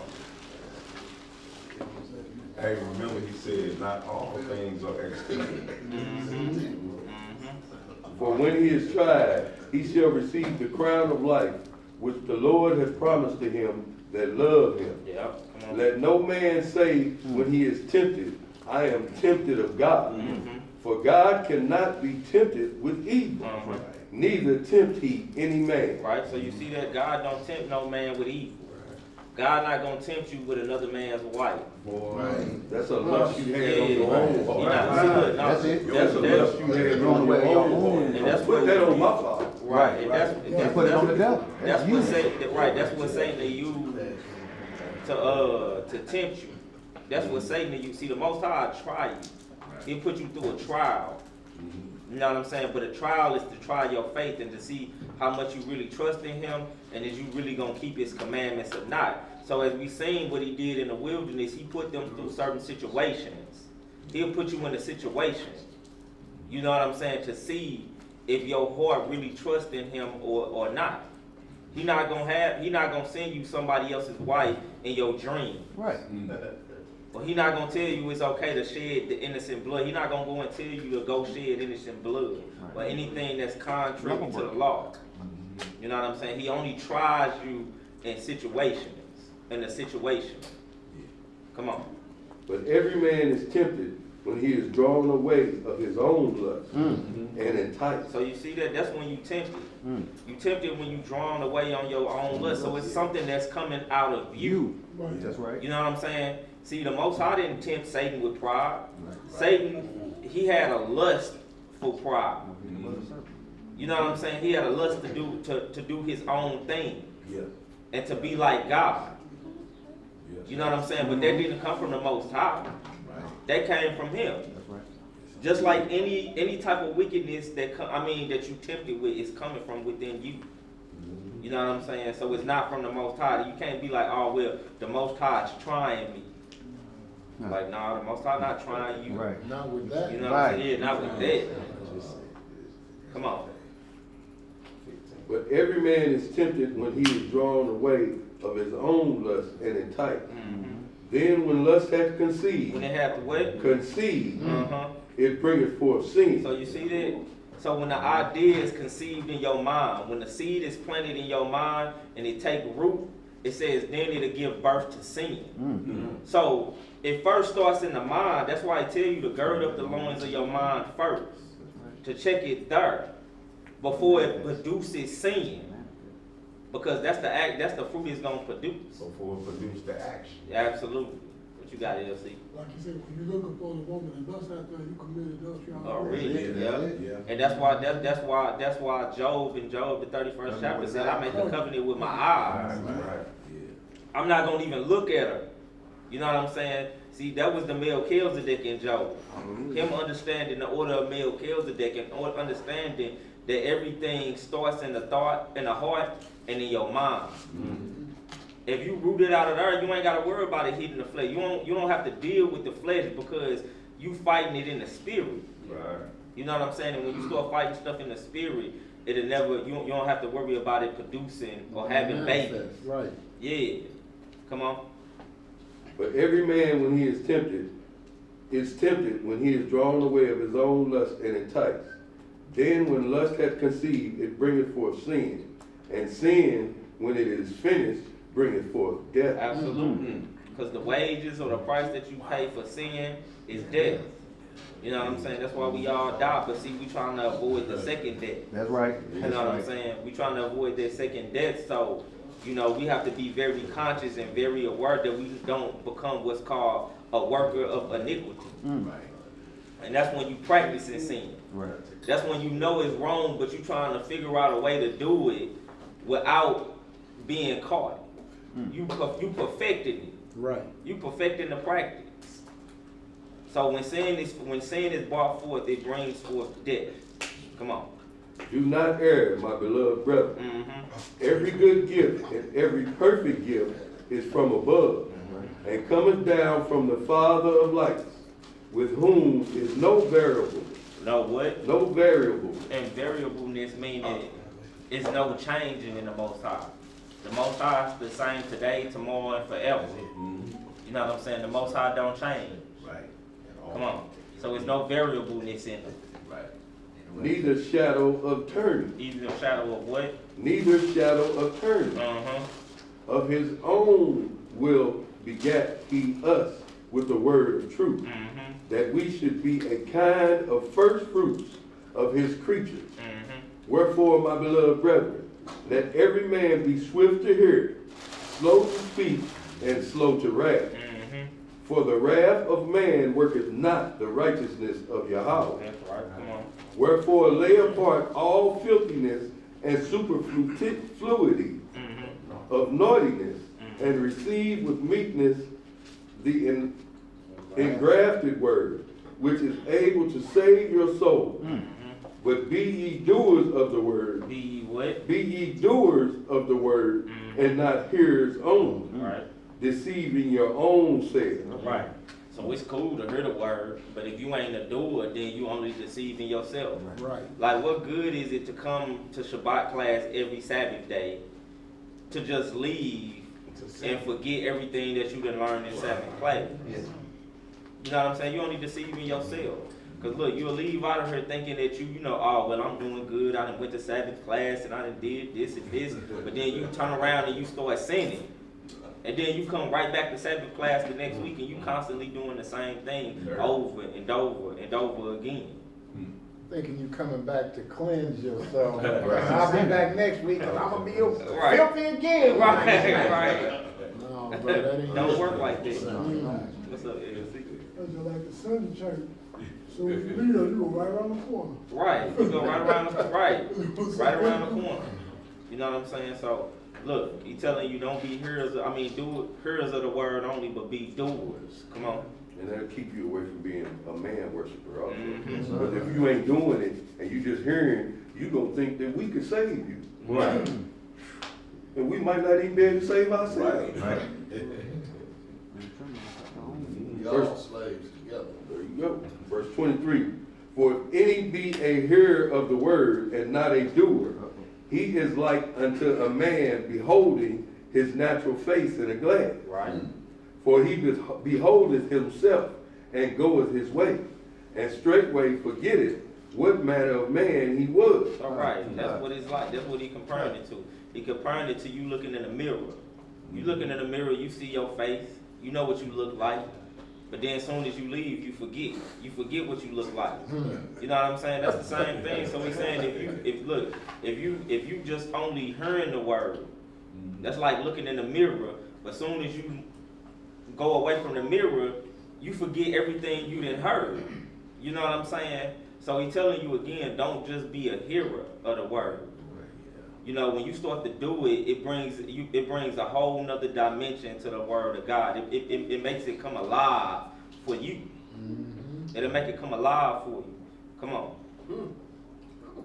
But whoso looketh unto a perfect law of liberty, and continueth therein, he being not a forgetful hearer, but a doer of the word, this man shall be blessed in his deed. If any man among you seem to be religious, and bridleth not his tongue, but deceiveth his own heart, this man's religion is vain. Pure religion and undefiled before Yahweh and the Father is this, to visit the fatherless and widows in their affliction, and to keep himself unspotted from the world. All right, with this, we're going to go to 2 Timothy 4.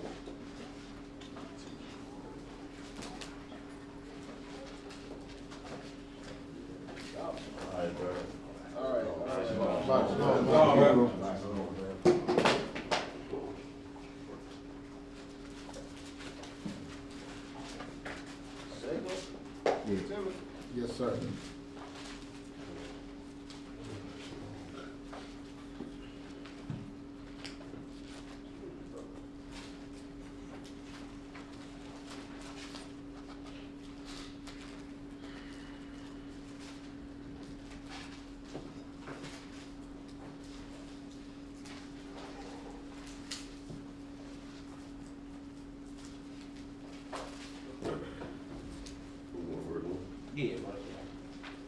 2 Timothy chapter 2, verse 1.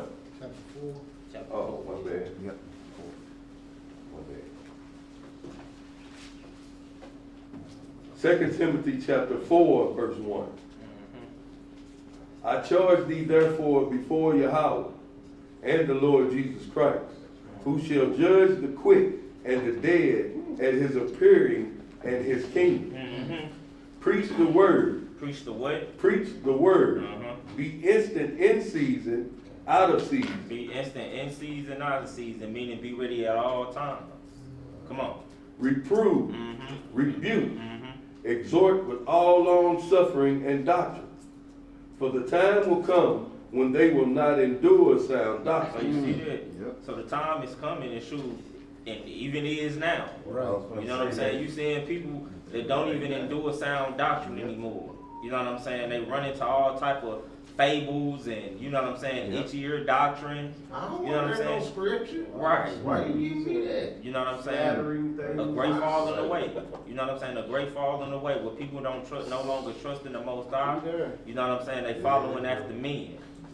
You know, but that all come from a lack of studying to show yourself approved, though. You know, everybody just hopping on the wave. You know what I'm saying? You heard one person say, "Oh well, the Bible tampered with," and now everybody else hopping on that wave. Yep. You know what I'm saying? And ain't even did your due diligence. Right, no reason.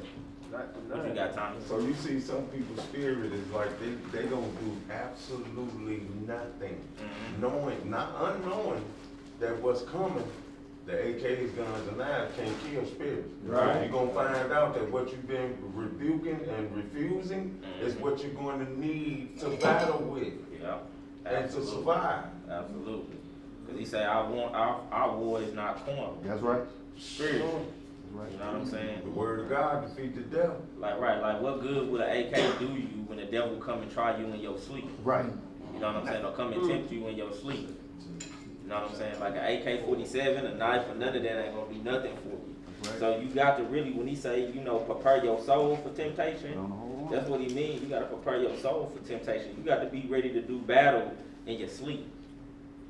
And look, it's people out here tell you, you know what I'm saying, like, shoot, if you sin in your sleep, you can't be held accountable for that. Boy, stop. They a lie. Believe that if you- They a lie. They a lie. They a lie. Look, Tupac, give me that scripture that we just read earlier. Still you. That was Psalms 17, 1 through 3. Psalm 17, 1 through 3. Yeah. And it says, Hear the right, O Lord, attend unto my cry. Give ear unto my prayer, that goeth not out of fringed lips, feigned lips. Let my sentence come forth from thy presence. Let thine eyes behold the things that are equal. Thou hast proved my heart. Thou hast visited me in the night. Thou hast visited me when? In the night. Thou hast tried me, and shalt find nothing. So you see that? So the Most High come and try you, or Satan will come and tempt you in your sleep. You know what I'm saying? To see where you really at with it. Right. You know what I'm saying? Or you just keeping the commandments because you don't want nobody to see you doing wicked, but what you gonna do when can't nobody see you? You know what I'm saying? And you can't have your way with you know what I'm saying, somebody you ain't supposed to be with. You know, or you probably think you can get away with doing something. You know, what you doing in the door? So alright, what would you Verse 2 continues. But after their own lust shall they heap to themselves teachers, having itchy ears. Having what? Itching ears. So you see that? It says they shall heap to themselves teachers. Right. See, these people that want this, you know what I'm saying? They want people to teach them, you know, things that tickle their fancies. Isaiah 30 prophesied the seed. Right, That's a smooth prophesy on thing. us to see. Right. That boy sound real good. Right. That's deep. What did he tell you? I don't know, but it was deep. Yeah. It was somewhere up in the heavens, So, though. it was so deep you couldn't catch it. Right. Right. Right. So deep you couldn't even swim in it. You know? So deep you gonna follow it. Right into the hole, the abyss, the vortex. Right. Boy, the come on. Verse 4. And they shall turn away their ears from the truth. Turn away their ears from the what? From the truth. And shall be turned into fables. They should be turned onto fables. Ain't we seeing that today? Yes, sir. Yes. You know what I'm saying? People turning on the fables from the truth. You know what I'm saying?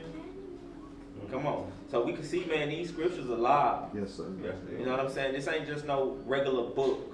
Living book. You know what I'm saying? This is a living book, and it's the word of the Most High. That's right. The word of the living power. Come on. But watch thou in all things. Do what? Watch thou in all things. So he constantly telling you to watch. Watch. You know what I'm saying? And as you watching, you starting to see these things come about. Come on. Endure affliction. Endure what? Affliction. Affliction. Come on. Do the work of an evangelist. Make full proof of thy ministry. You got to make full proof of your ministry. Meaning you got to be fully convinced in your own mind. That's right. Not in somebody else's mind, but in your own mind. See, you got to stand in your own works and in your own belief. You know, it ain't nobody that's going to stand on the day of judgment for you. Every tub got to stand on his own bottom.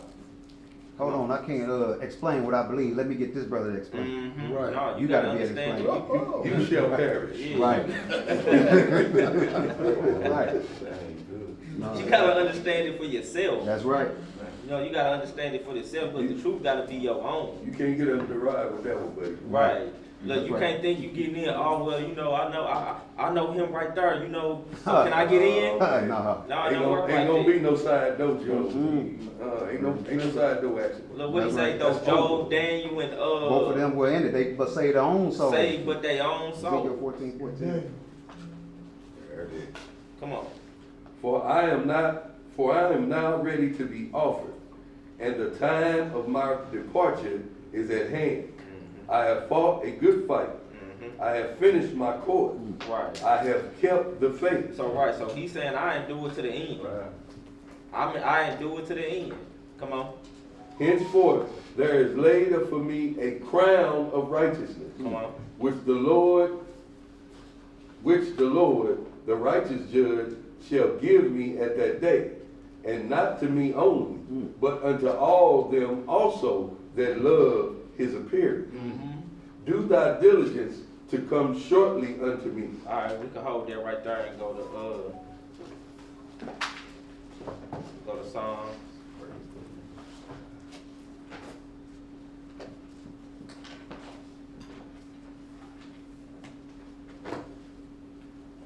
Psalms 26, 1 and 2, and then Psalms 39, 1 to the end.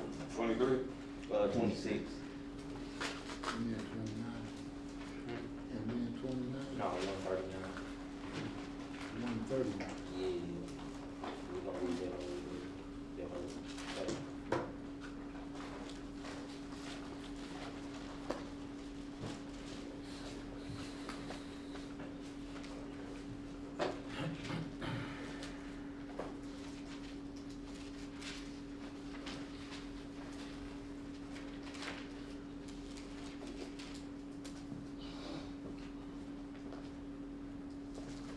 All right, family. We're going to be reading in the book of Psalms, chapter 26. We're going to read verses 1 and 2. It reads, Judge me, O Yahweh, for I have walked in mine integrity. I have trusted also in the Most High. Therefore, I shall not slide. Examine me, O Master. Do what? Examine me, O Master. When he asking him to examine him, he telling him to test him. You know what I'm saying? To prove him, to tempt him. You know what I'm saying? To really search his heart. Come on. And prove me. Try my reins and my heart. Try my reins and my heart. And when you look up the word reins, it's often referring to the mind, and it also refers to the kidneys. You know what I'm saying? Because they'll tell you the kidney is the seat of the emotions. You know what I'm saying? Your feelings and, you know, things like that. So it's also talking about the mind too. So the Most High will try you there. You know what I'm saying? To see what you really about. Because when he put you in certain situations, it bring about certain feelings. You know what I'm saying? And it bring about certain thoughts. Come on. Oh, you want some more? Yeah, no. You can hold that right there. You can hold that right Be talking about no come on. there. My bad. We're going to chapter 139, family. 139 or 30? 139.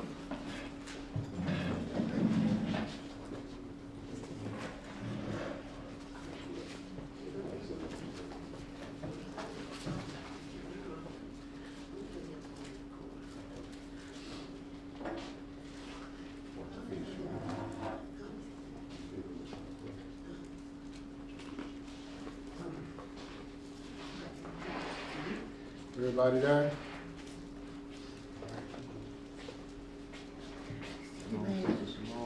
About shalom, family.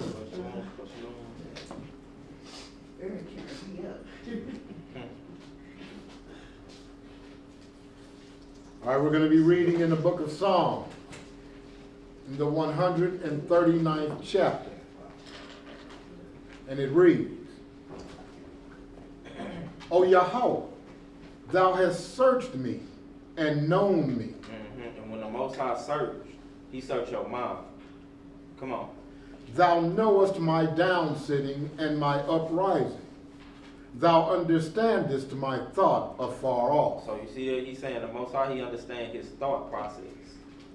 You know what I'm saying? The way you think. You know what I'm saying? The way you reason. And the way you come to a conclusion. Come on. Verse 3.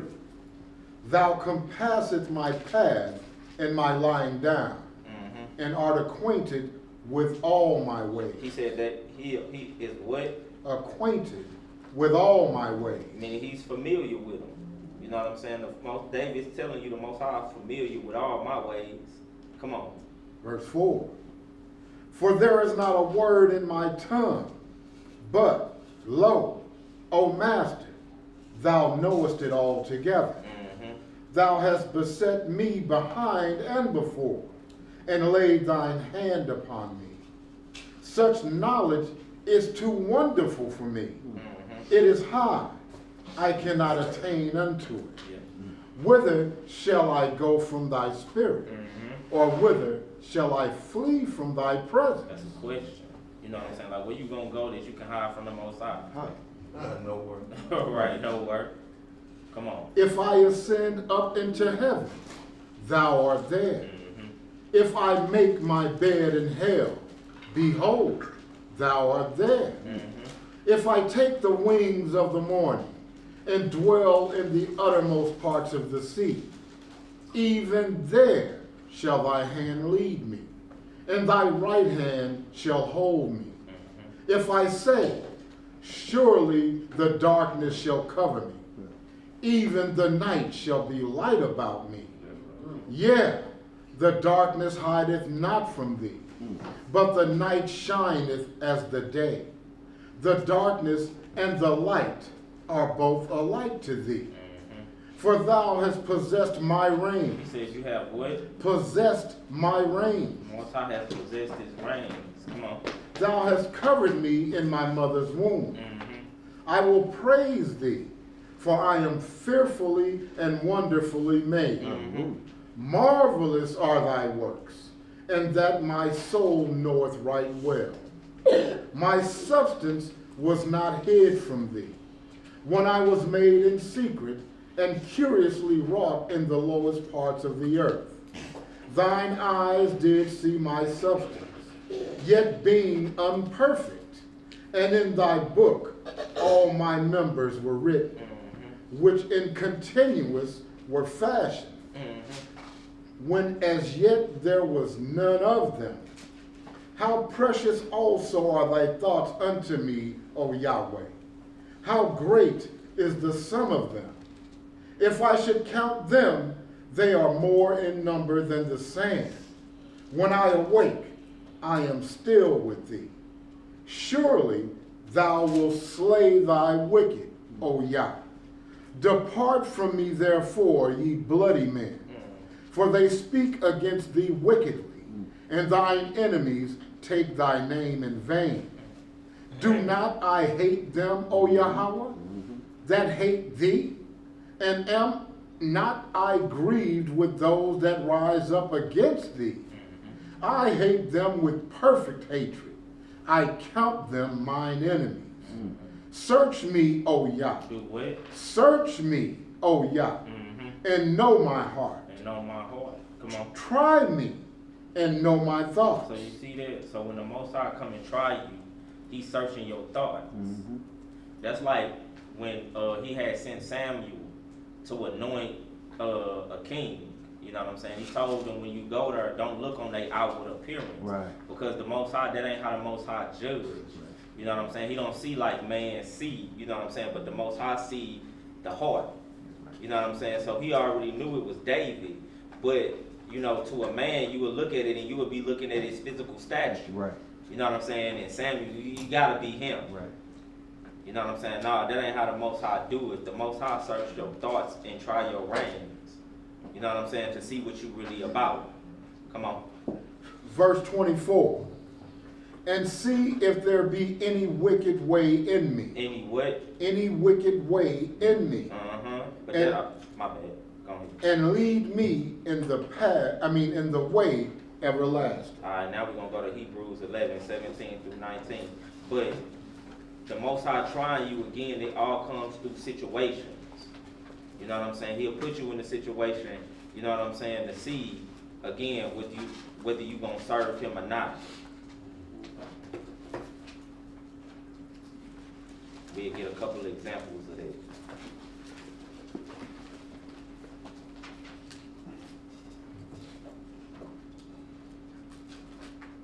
We all starting in 11. 17. Hebrews what? Hebrews 11 and 17.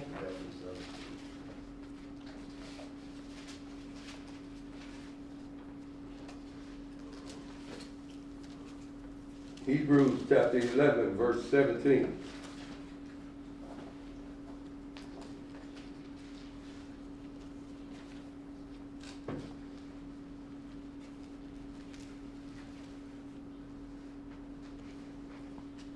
By faith, Abraham, when he was tried, When he was what? when he was tried, offered up Isaac. So you see that Abraham was tried when he was when the Most High asked him to offer up Isaac.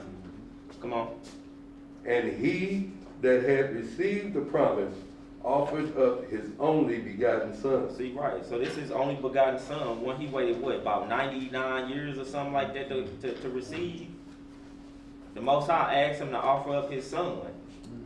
You know what I'm saying? And he did it without batting an eye, without thinking twice, or without even questioning it. Come on. Of whom it was said that in Isaac shall thy seed be called. So you see that? Come on. This was the promise that was made to Abraham. Come on.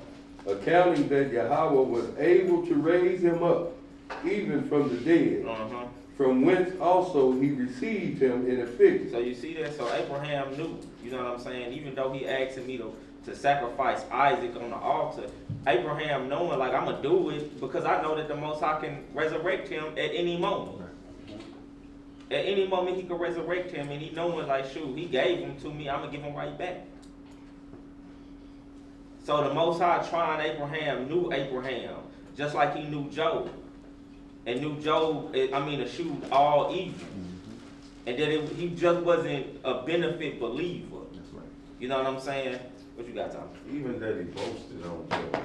You said what? Even that he boasted on Job. Absolutely, Right. he did boast on Job. Because he asked him, he said the same thing about Abraham too. When you get into the book of Jasher, Satan was going to and fro in the earth. Yep. He asked him, look, have you tried my servant Job? Yep. You know what I'm saying? It's none like him on the earth. You know what I'm saying? He escheweth evil. You know what I'm saying? But look, it was the same thing that he said about Abraham too, in the book of Jasher. Have you have you seen my servant Abraham? So make your election sure. Make your call and make your election sure. Right. You know what I'm saying? Because at any time, you know what I'm saying, you could be tried. At any time you could be tried. And if you don't have your soul prepared, you know what I'm saying? Like, you won't pass that test. You won't pass that test. Just imagine if Abraham wasn't tried in the spirit. Or wasn't, you know what I'm saying, refined in the spirit. You know what I'm saying? Like, shoot, it could have went the other way. Right. Come on. Oh, you can hold it there. Now we can go to James.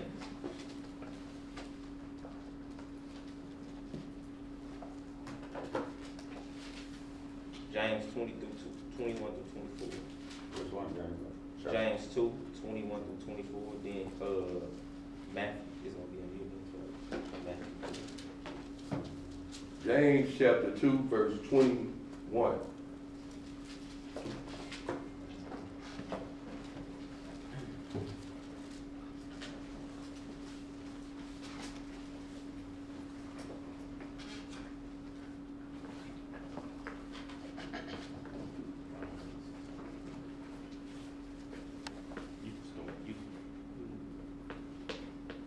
of fact, you can start at 14.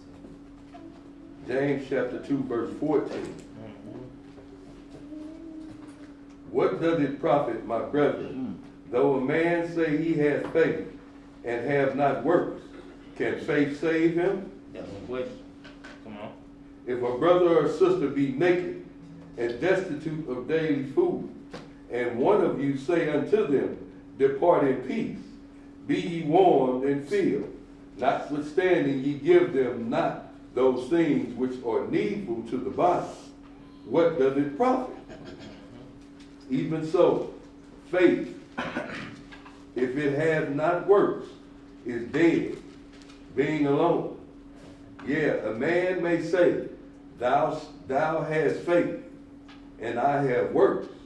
Show me thy faith without thy works, and I will show thee my faith by my works. Thou believest that there is one God. Thou doest well. The devil also believeth and trembleth. Come on. But wilt thou know, O vain man, that faith without works is dead? Faith without works is what? Dead? Was not Abraham our father justified by works? So there we go again. When Abraham justified by works, but we know Abraham had faith or belief as well. Yes, sir. Come on. Was not Abraham our father justified by works when he had offered Isaac his son up to the altar? So you see that? So in the last scripture it said Abraham was tried when he offered up Isaac. But he's saying these was the works that justify Abraham in his belief. Right. You know what I'm saying? Because it's cool to have, faith, but you have to have the works that justify the belief. That's right. You know what I'm saying? Like, oh, okay, yeah, he really believed then. You know what I'm saying? Look at what he just went through. Like, shoot, he really believed. You know what I'm saying? This was the Most High. He stuck to the word, down to a T. You know what I'm saying? And didn't cave. He endured to the end. So it justifies you. Come on. Seest thou how faith wrought with his works? See it work together. Mm-hmm. It go hand in hand. Just like he said, the body without the spirit is dead. Faith without works is dead. But see, they work hand in hand. Come on. And by works was faith made perfect. There it is. It was made perfect. The faith was made perfect. Because it was complete. You know what I'm saying? He didn't have one without the other. Right. That's like on the Sabbath day. If you don't work the 6 days first, but you try and keep the Sabbath. You know what I'm saying? You gotta work first. You first gotta work 6 days, and then rest on the 7th, because then it'll be complete. You know what I'm saying? You'll be doing the full Sabbath. Come on. And the scripture was fulfilled which said, Abraham believed Yahweh. And it was imputed unto him for righteousness. Mm-hmm. And he was called the friend of Yahweh. So he always had the faith. But it was then when it completed it. It made it whole when he had the works to justify the faith, or the works to make perfect the faith. You know what I'm saying? It says then he was called the friend of God. Come on. Ye see then how that by works a man is justified, and not by faith only. Not by faith only. Come on. Likewise, also was not Rahab the harlot justified by works? She was justified by what? Works. When she had received the messengers and had sent them out another way. For as the body without the spirit is dead, so faith without works is dead also. So right. So when you're going through a trial or a tribulation, your works are going to justify your belief. You know what I'm saying? Because it's easy to say you believe in something. You know what I'm saying? But when you have to put in the work behind it, then we'll really see if you believe what you say you believe. You know what I'm saying? Like with the mark of the beast again. You know what I'm saying? If the scriptures tell you, he that taketh the mark of the beast, you through already. Yeah. Sure ticket to the lake. You know what I'm saying? It's your right, your ticket to the lake. You know what I'm saying? Are you willing to possibly, starve to death? Are you willing to starve to death? And that's what they're gonna watch and see. Or are you willing to be beheaded? Your flesh take over that money. Right. Are you willing to be beheaded? Right. Like the mother and 7 sons. Right. Mother, absolutely. Mother and the 7 sons. You know what I'm saying? Shoot, she said, look, we on your last one. And she was like, to hell with it. You might as well take him too. And then when you done, you might as well take me. Right. Me. You know what I'm saying? Right. Shoot. You might as well take me, but she was just that. It was just showing you and looking. Her sons gave it up quick too. Her sons was like, hell, shit, go ahead and take us. You know, and she watched all, so what, 6 of them? All 7 of them? Yep, that's right. All 7 of them go, one by one by one. And then shoot, took her last. So that little pork chop ain't mean nothing. Right. Or like, what was his name? Eliezer. No, in the book of the Maccabees. Judah Maccabee them father, was his name Mattathias? Yeah. Mattathias. That's what I was thinking of. They tried to bribe him to take, to just pretend like he doing Pretend like you eat. Yeah, that's right. That way you could deceive them into Right. That's basically what they said. But look, that was his hour of temptation though. That was his hour of temptation. You know what I'm saying? We'll let you live, just act like you. Look, that's what they were saying. Just act. You don't even gotta eat it. Just act like it. That just show you that blood still would have been on his hand. hand. Exactly. It would have been, it would have been still on his hand. Right. He's faking like you convert. Yeah, because look, you can't wound the conscience. That's what Paul was talking about. You can't wound nobody's conscience like that. You know what I'm saying? Like if they see you doing it, then they gonna think it's okay to do. Right. You know what I'm saying? Stumbling block. Yeah, it becomes a stumbling block. So he knowing that was like, nah, I'm not finna do it. Y'all might as well go ahead and kill me for this. You know what I'm saying? So absolutely, it's just going to show you again that faith without works is dead. It's the when you put them together, That's right. it's what justifies an individual. So with that being said, that's all I got for y'all. We up out of here. Look at that. I'm just playing, y'all. I'm just joking with y'all. He's finna come up with some more stuff. Right, you just gonna add 2, 3 more. No, I'm just joking with y'all. All right, Matthew 4. Boy, that's like peanut butter and no jelly. That sounds good to me. Right. I don't like mine together. I can have one or the other, but not together. Oh, you don't like goobers, do you? No. Can't stand goobers. No. Y'all crazy. Say Matthew, no ice cream. What was that, Matthew? Matthew 4. Oh, Yes, sir. Just made me want peanut butter sandwich. on the court. All right, family, we're going to be reading in the book of Matthew, chapter 4. We'll start the reading in verse 1. Give everybody a second to get there.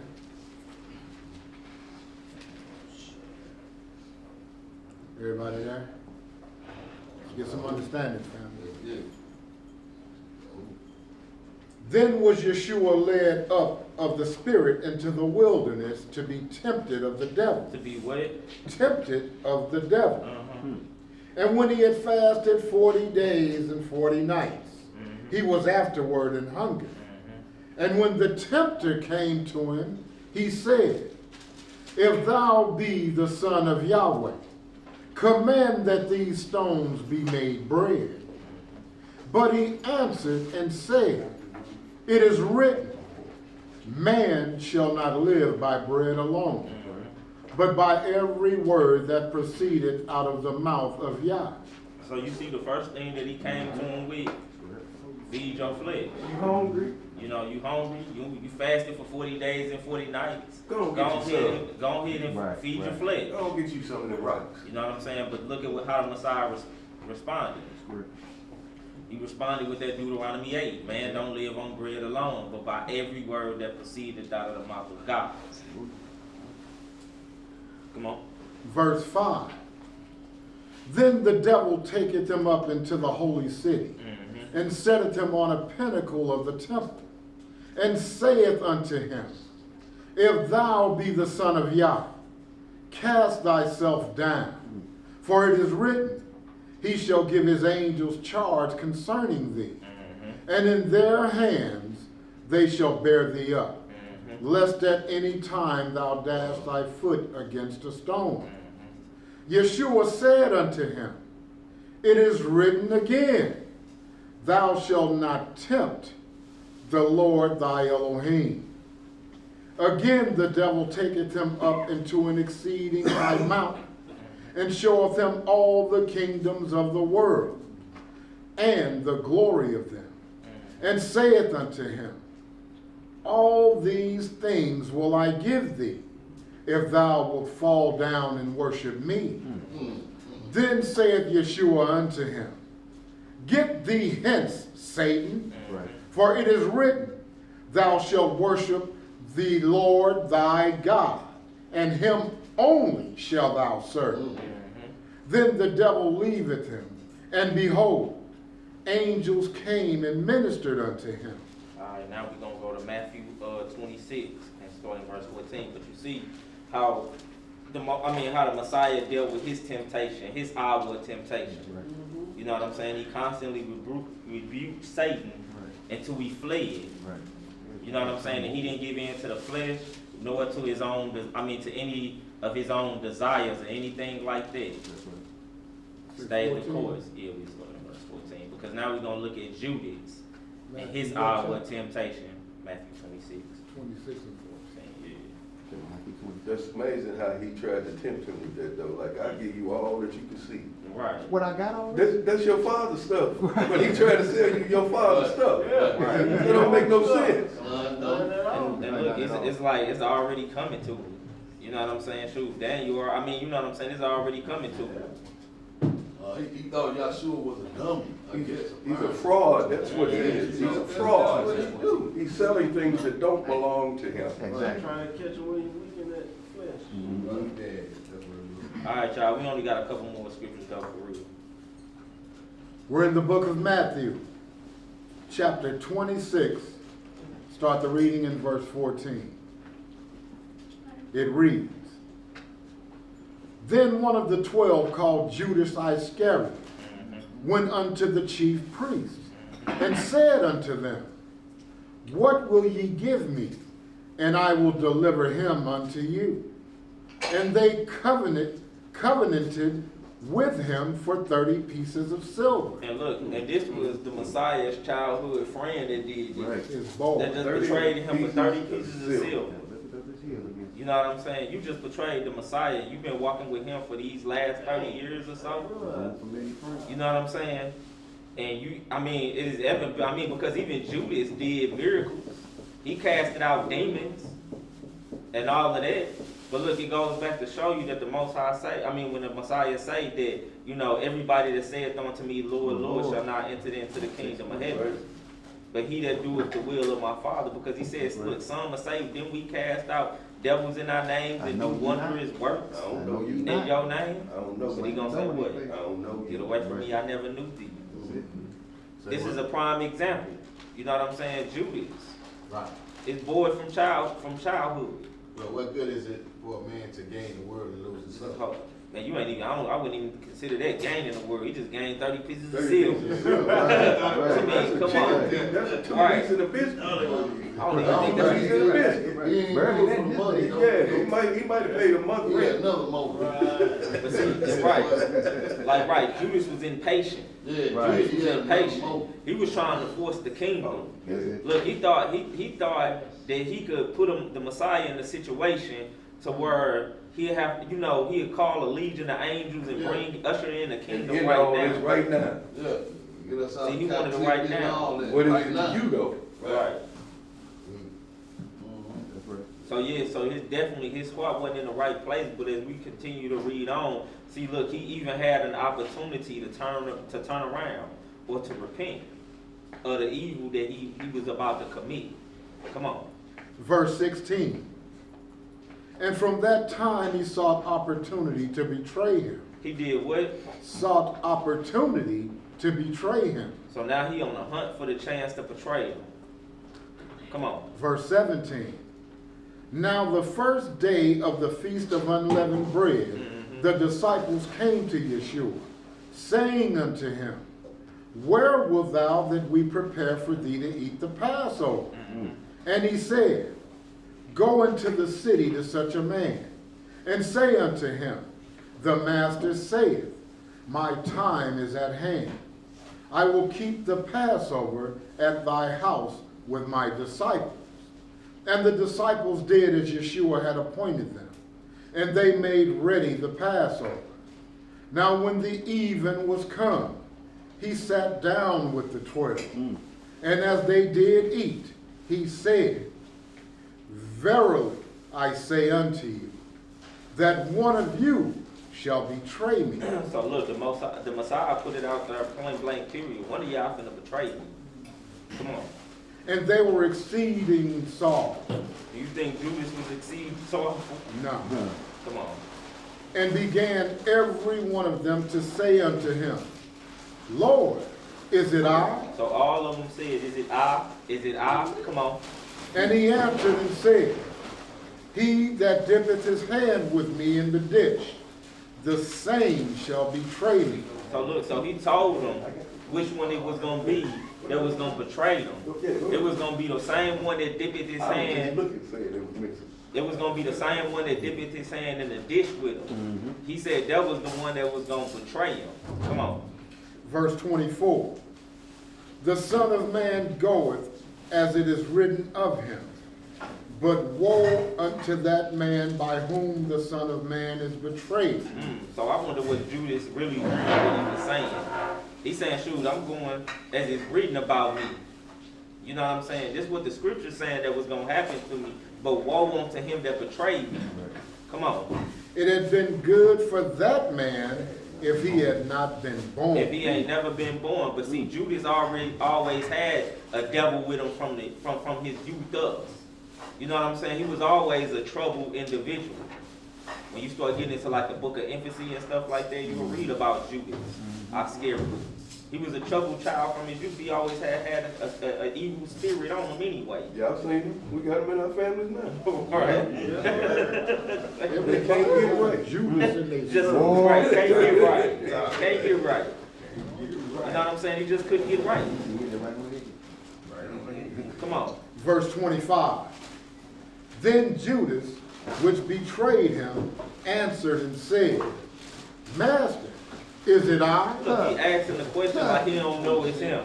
Is it I? Is it me? You know you finna betray him. But look, this was the moment right here. When Judas could have turned it around. When Judas could have said, you know what, I ain't gonna even do this. This was the hour of temptation for him. I love these words. To see what was gonna really be in to see what was really in his heart. Because look, the Messiah just told them, look, I'm going the way it's written about me. This gonna happen to me regardless, but whoever betrayed me, woe unto you. It's been better if you've been never born. Right. And look, the only thing he had to say was, is it I? He could have repented right there, couldn't he? Lord, you know what, it's me. Right. I'm the one that's finna betray you. They gonna come in here as soon as I kiss you. Just let's go the other way. Right. He could have repented. He could have repented right there in that moment. He could have kissed somebody else. No, he just couldn't have kissed nobody at all. Exactly. Or he could have just kissed nobody at all. Yeah, just took the money and ran. Look, he could have did what he did afterwards. He could have just threw the 30 pieces of silver right back at him. Right. And be like, nah, I ain't no deal. You know what I'm saying? But look, I don't know what Judas had going on in his head, but look, what would make you say, is it I? Only a stuck pig holler. Trying to deflect, like is it me? Basically Right. trying to like direct away from him. Right. But look what the Messiah said. And I don't even think he tripped off of this. Come I'll on. say this. He said unto him, Thou hast said. Right. That's the truth. You said. I mean, so true. Right there in that moment, he could have repented from all of that. Right. You know what I'm saying? But in that hour of temptation, in that moment, whatever was going through Judas' mind, it didn't allow him to hear and see what the Messiah was saying about him. It would have been better if you would have never been born, Judas. Right. He wasn't getting it; wasn't going through his head. Right. No, So he was full. He was full on into whatever he had going on. Right. What you got? Now, see, I thought he was trying to blend in with the other disciples when they asked, was it I? I thought that he was the same thing. Yeah, the same thing. But look, it's deflecting. Right. It's deflecting. Deflects, It's the same thing. Deflecting it off of you. But he knew it was him though. Right. Even that look, he said that was all sorrowful. And when But he- you know Judas wasn't sorrowful because he knowing his When he speech. said, thou hast said, he was saying, you the one that said. Right, it. you Yeah, you right. the one that said it. Right. You the one that said it. Absolutely. You know what I'm saying? It came out of your own mouth. Mhm. Right. You know what I'm saying? So now his own mouth is a witness against him. Yes, sir. You know what I'm saying? So all right, now with that being said, we're gonna hold that and we're gonna get a little bit on the Antichrist and we're gonna get on this we're gonna talk about the hour of temptation that's coming to test the whole world. You know what I'm saying? Everybody, not just an individual temptation, but one that's gonna try us all. You know what I'm saying? Small, great, rich, poor, Jew, Gentile. You know what I'm saying? The mark of the beast. You know what I'm saying? And in that moment, in that hour of temptation, you know what I'm saying? Like, what you gonna do? You know what I'm saying? What you gonna do when the Most High allow you to hunger? You know what I'm saying? What you gonna do? Right. You know what I'm saying? Are you gonna be like Esau and give up your birthright? Oh, You know what I'm saying? Or you gonna For be like uncooked Esau meat. and give up your birthright? Right, for uncooked meat. I don't need a birthright, but the lake. You know what I'm saying? We want our kids. We're gonna go Matthew 24, 15 through the end.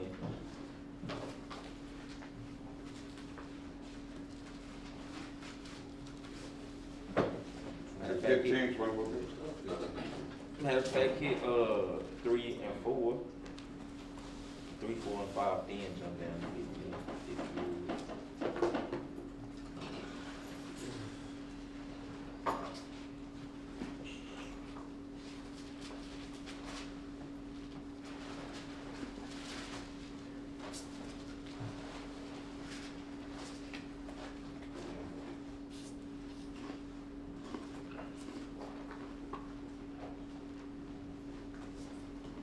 Y'all want me to read? No. You know I read. I know you will. Matthew chapter 24, verse 3. And as he sat upon the Mount of Olives, On the Mount of what? Olives, Uh-huh. the disciples came unto him privately, saying, Tell us, when shall these things be? Uh-huh. And what shall be the sign of thy coming? Of thy what? Of thy coming, Uh-huh. and of the end of the world. So this is what Matthew 24 is about. The whole subject matter right here in Matthew 24 is about the second coming and about the end of the world. Come on. And Yahushua answered and said unto them, Take heed that no man deceive you. Mm-hmm. For many shall come in my name, saying, I am Christ. I am what? I am Christ, Uh-huh. and shall deceive many. So so this is the first thing that he told you to be aware of. Don't be deceived, for many gonna come in my name saying I am the Christ. All right, jump down to verse 15. Now remember, it's talking about the end of the world in the return of the Messiah. Come on. Verse 15. When ye therefore shall see the abomination of desolation, spoken of by Daniel the prophet, Mm-hmm. stand in the holy place. Uh-huh. Whoso readeth, let him understand. Uh-huh. Then let them which be in Judea flee into the mountains. Right. And what he's talking about is when you see the Antichrist enter into the second temple, into the temple that they're going to wreck, and he proclaimed himself to be God. Right. He said, then when you see this, then let them which be in Judea flee to the mountains, because at this point, that's when the Messiah is going to return, according to Zechariah, the 14th chapter, and going to make war with the Antichrist. So those that be in Judea flee to the mountains, because the mountain is going to split, and it's going to be a safe haven for the people that be in Jerusalem, because it'll close back up and it'll give you shelter from, any nuclear wars or any bombs or anything that might be going off at that time when the Messiah returned. Because what you think the whole world gonna do when the Messiah returned? They gonna all start pointing their guns at him. You know what I'm saying? Everybody gonna point their guns at him, and then look, because we'll be in a one world government that'll be ran by the Antichrist at that time. When you get into Daniel the 2nd chapter, the 7th chapter, the 8th chapter, the 11th chapter. You know what I'm saying? They start talking about the Antichrist and his one rule government coming out of this fourth beast. Coming out of the fourth beast. So at this time when the Messiah returned, he's saying everybody that's in Judea flee to the mountains. Because he said exactly, I mean, where he ascended is the same place he's gonna come back in. That's right. And that's gonna be on the Mount of Olives. And that's the mountain that's gonna split, is the Mount of Olives. When you read that Zechariah 14. Come on. Verse 17, let him which is on the housetop not come down to take anything out of his house. Neither let him which is in the field return back to take his clothes. So you see that? So look, so what about if you in the field and you got 3 months worth of food stacked up? He's telling you don't go back and get your food. Don't go back and get nothing. Because look, you will miss the ride, you will miss your ride. Because look, as this all going on, You ain't gonna need it. look, you ain't gonna need it, right? You ain't gonna need it. But look, as this going on, he gathering everybody from what we have been scattered. As war going on, he coming and he gathering all of us. So if you on your housetop, stay on the top of your roof. If you in the field, stay in the field. That's right. And wait on the ride. And wait on your ride to pick you up. Come on. Wait on your Uber. Mm-hmm. Neither let him which is in the field return back to take his clothes. And woe unto them that are with child. And woe unto who? Them that are with child. And to them that give suck in those days. But pray ye that your flight be not in the winter, Right. neither on the Sabbath day. Right. For then shall be great tribulation. Shall be what? Great tribulation, such as was not since the beginning of the world to this time. No, nor even shall be. Right. So this getting into Jacob's trouble. Starting to talk about Jacob's trouble after the 3 years of peace.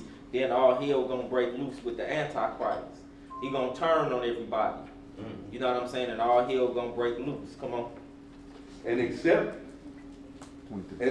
those days should be shortened, there should be no flesh be saved. But the elect's sake, those days shall be shortened. Then if any man shall say unto you, Lo, here is Christ, or there, believe it not. For there shall arise false Christs and false prophets, and shall show great signs and wonders, insomuch that if it were possible, they shall deceive the very elect. Right. So you will definitely have to watch out, because at this time, you know what I'm saying, you'll see the Antichrist and the false prophet doing great wonders. Lines. You know what I'm saying? Right. What they say? Lying signs and wonders. Right. Lying signs and wonders. And if you not, if you haven't prepared your soul, he said they'll deceive even the very elect. Come on. For as the lightning cometh out of the east, and shineth even unto the west, so shall also the coming of the Son of Man be. For whosoever the carcass is, for wheresoever the carcass is, there will the angels be gathered together. The eagles. The eagles be gathered together. Immediately after the tribulation of those days, shall the sun be darkened, and the moon shall not give her light, and the stars shall fall from heaven, and the powers of the heavens shall be shaken. Right, because this is going to be the return of the Messiah at that time. He said immediately after the tribulation. Not before. Not before, but after the tribulation. Then shall all of these things be. So if anybody's saying, oh, I'm Christ, I'm the Messiah, or anything like that, and the sun's still shining, and the moon's still giving her light, and the stars still in heaven, then we ain't got nothing to worry about, like, oh, you ain't the Messiah. You lying. You lying. Come on. And then shall appear the sign of the Son of Man in heaven. And then shall all the tribes of the earth mourn. They shall what? Mourn. And they shall see the Son of Man coming in the clouds of heaven with power and great glory. And great glory. That's exactly how you're gonna see him coming, and it's gonna be a great mourning, because he's gonna do a great slaughter. It's gonna be a great slaughter, like we read last week. Who is that that's coming from Basra? You know what I'm saying? Whose garment is dipped in blood. Vegetable blood. Yeah. You know what I'm saying? He gonna do a great mourning. That's why I said, man, he gonna take the heads of, he gonna trample on many kings. Slain the Lord gonna be many. Yeah, the slain of the Lord is gonna be many. Come on. And he shall send his angels with a great sound of a trumpet, and they shall gather together his elect from the four winds, from one end of heaven to the other. Right, the gate graduate. So you see, it's not before It's not a the rap. tribulation, the rap, right? But it's after. Right. It's after the tribulation. See, you got to go through. See, he's saying we're gonna go through some stuff. He said the great tribulation. What you got, Tommy? Don't forget about the threshing floor and those that are gonna feed the wine press of the Most High. The blood will be to the horse's pride. Right, absolutely. The birds gotta eat. That's what they say. The birds gotta eat. Feast of the birds. Come on, where we at? Verse 32. Now learn a parable of the fig tree. When his branches is yet tender, and putteth forth leaves, ye know that summer is nigh. Right. So likewise ye, when ye shall see all the things, know that it is near, even at the door. So he's telling you, when you see all these signs, That's right. know that my second coming is coming, and that the end of the world is near. Come on. Verily I say unto you, this generation shall not pass till all these things be fulfilled. So the generation in which you start to see these things start to happen, he said that generation shall not pass until all of it, until everything that he's saying be fulfilled. And all of this is prophecy that's hidden from the Antichrist all the way up to the kingdom coming. You know what I'm saying? So Zechariah 14, you know what I'm saying? Jeremiah 30, you know what I'm saying? And all those other scriptures that's talking about the Antichrist and you know, the Messiah coming back to destroy, you know, to make war with the people and the you know, the gathering of the captives. Come on. Heaven and earth shall pass away, but my words shall not pass away. But of that day and hour knoweth no man. Knoweth what? Knoweth no man. So it ain't even no need in starting to trying to put a date on this thing. You know what I'm saying? Like, you don't know when it's going to happen. And if you saying you know what's going to happen, we know you a liar. Because the Messiah said heaven and earth will pass away before my words pass away. Come on. But of that day and hour knoweth no man. No, not the angels of heaven, but my Father only. But my Father only. The Messiah said, I don't even know. Right, he was a man talking to him. He said, no man know. Absolutely. Not even me. Come on. But as of the days of Noah, where so shall also the coming of the Son of Man be. And that's another sign that he gave you. He said, as the days of Noah, so shall also the coming of the Son of Man be. So we have to go back and we have to look at what was going on in the days of Noah. And start comparing. And when you start comparing, man, it's starting to become frighteningly accurate. You know what I'm saying? Frighteningly accurate. You know what I'm saying? Come on. For as in the days that were before the flood, they were eating and drinking, marrying and giving in marriage, until the day that Noah entered into the ark. So they wasn't giving no heed or paying no type of attention. Just kicking it. Right. Just kicking Right. it. Right. Just kicking it. And Right. you right, just kicking it. Because that's what you're doing at a wedding. Yep. You kicking it. Look at them over there building a boat with no water. Right. You don't know, boy, we over here. Right. Come on. And knew not until the flood came and took them all away. So shall also the coming of the Son of Man be. Yep. Then shall two be in the field, the one shall be taken, and the other left. Two women shall be grinding at the mill, the one shall be taken, and the other left. Watch therefore, watch therefore, for ye know not what hour your Lord doth come. So he's telling you to watch. Because look, the only thing that he's giving you is signs. You know what I'm saying? What to look for. Like when you see, you know what I'm saying, the leaves start to fall off the trees, you know what season we in. Right. Or you know what season we heading into. Right. You know what I'm saying? He's saying the same thing when you start to see these signs. You know what I'm saying?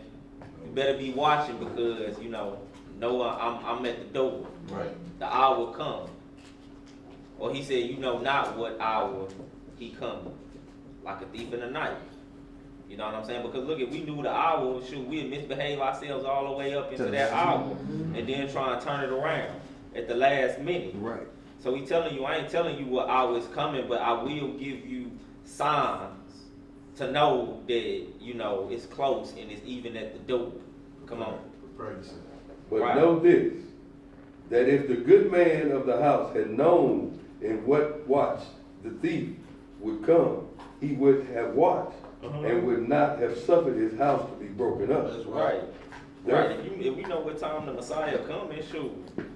You know what I'm saying? Shoot, we'll be on guard. We're gonna keep the turtle dove Right. in the back pocket. Right. Like, oh, look. I knew you was coming. Right. Oh, the thief coming. The thief will be here at 12:45.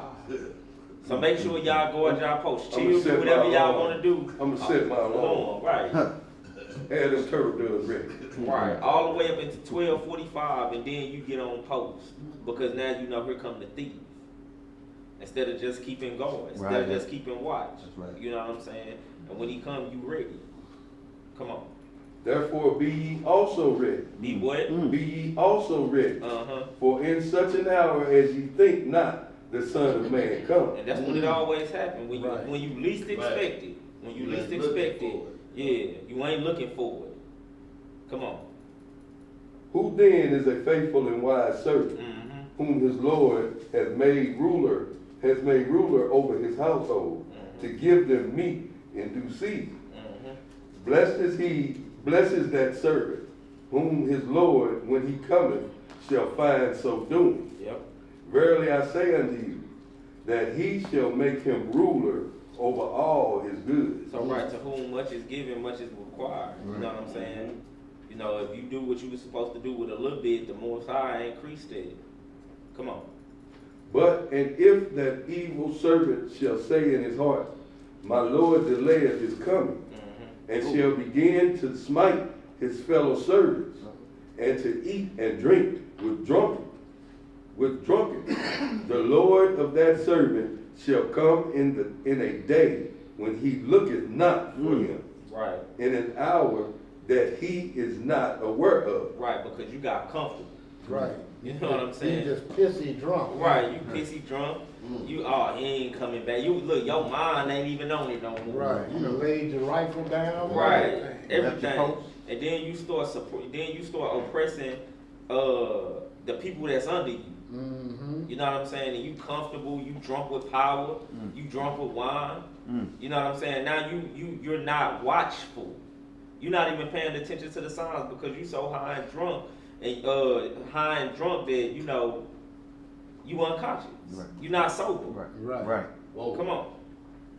And shall cut him asunder, and appoint him his portion with the hypocrisy, with hypocrites. There shall be weeping and gnashing of teeth. Weeping and gnashing of teeth. All right, so now we're going to go to Revelation chapter 13. We had ended there.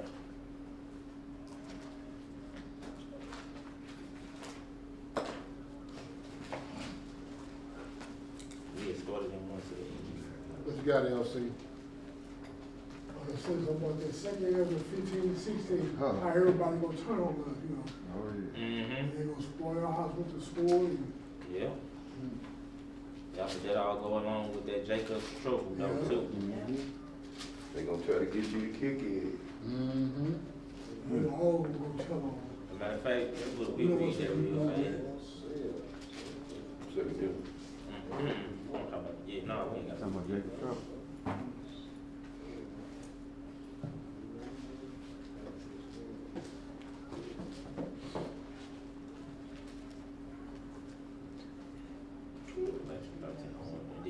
That's the last scripture. You was going somewhere else? No, that's it. Okay. Start Revelation. 13.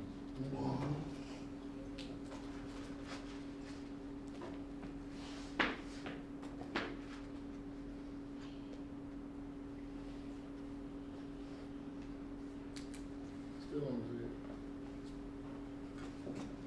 I think you tricked me. Revelation chapter 13, verse 1.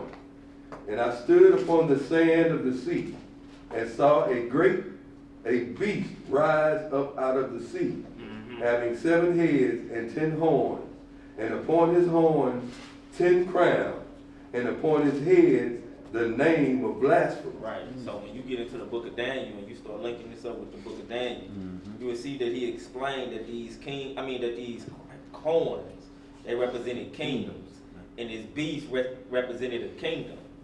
Come on. And the beast which I saw was like unto a leopard, and his feet were as the feet of a bear, Right. and his mouth as the mouth of a lion. And the dragon gave him his power and his seat and great authority. So you see that? So now this getting into the 4th beast that Daniel was speaking of. And he's saying, and notice he's saying the dragon. When you go back to chapter 12, it tells you that the dragon was Satan. You know what I'm saying? And it's telling you that Satan gave his power, his seat, and his authority to this beast, to this 4th beast, which represents the Antichrist. You know what I'm saying? Just like the Father give all his power to the Messiah. That's right. Satan doing the same thing because he's a master imitator of the Messiah. Of the Most High. Right. You know, he's not trying to be like the Messiah. He said, "I want to be like the Most High." Yes, sir. You know what I'm saying? So everything that the Most High do, he mimics it. So come on. And I saw one of his heads as it were wounded to death, and his deadly wound was healed. And all the world wondered after the beast. And they worshipped the dragon which gave power unto the beast. And they worshipped the beast. And did what? And they worshipped the beast. Right, come on. Saying, who is like unto the beast? Who is able to make war with him? Right, come on. And there was given unto him a mouth, speaking great things and blasphemy. And power was given unto him to continue 42 months. So right, so when you link this up to Daniel, Daniel was saying the same thing in Daniel chapter 7. You know what I'm saying? And that little horn, how he spoke great things against the Most High and how he wore out the saints. Right. Come on. And he opened his mouth in blasphemy against Yahweh, to blaspheme his name and his tabernacle, and them that dwell in heaven. And it was given unto him to make war with the saints. Make war with the who? With the saints. Right, because he wore the saints out. Come on. And to overcome them. And to do what? Overcome them. Right, so when you read Daniel 7:21, where it says, I beheld, and the same horn made war with the saints and prevailed against them. Come on. 7 continue. And it was given unto him to make war with the saints and to overcome them. And power was given him over all kindreds and tongues and nations. So you see that? So he the king over the whole world. What we would call a one world government, because it said all kindreds, tongues, and nations. He was given power over all of them. Come on. And all that dwell upon the earth shall worship him. Shall do what? Worship him. Whose names are not written in the book of life of the Lamb slain from the foundation of the world. So them the only people that's gonna worship him, the people that's not found in the book of life. You know what I'm saying? Because the elect already know the deal. Come on. If any man have an ear, let him hear. He that leadeth into captivity shall go into captivity. He that killeth with a sword must be killed with a sword. Come on. Here is the patience and the faith of the saints. And I beheld another beast coming up out of the earth. And he had 2 horns like a lamb. And he spake as a dragon.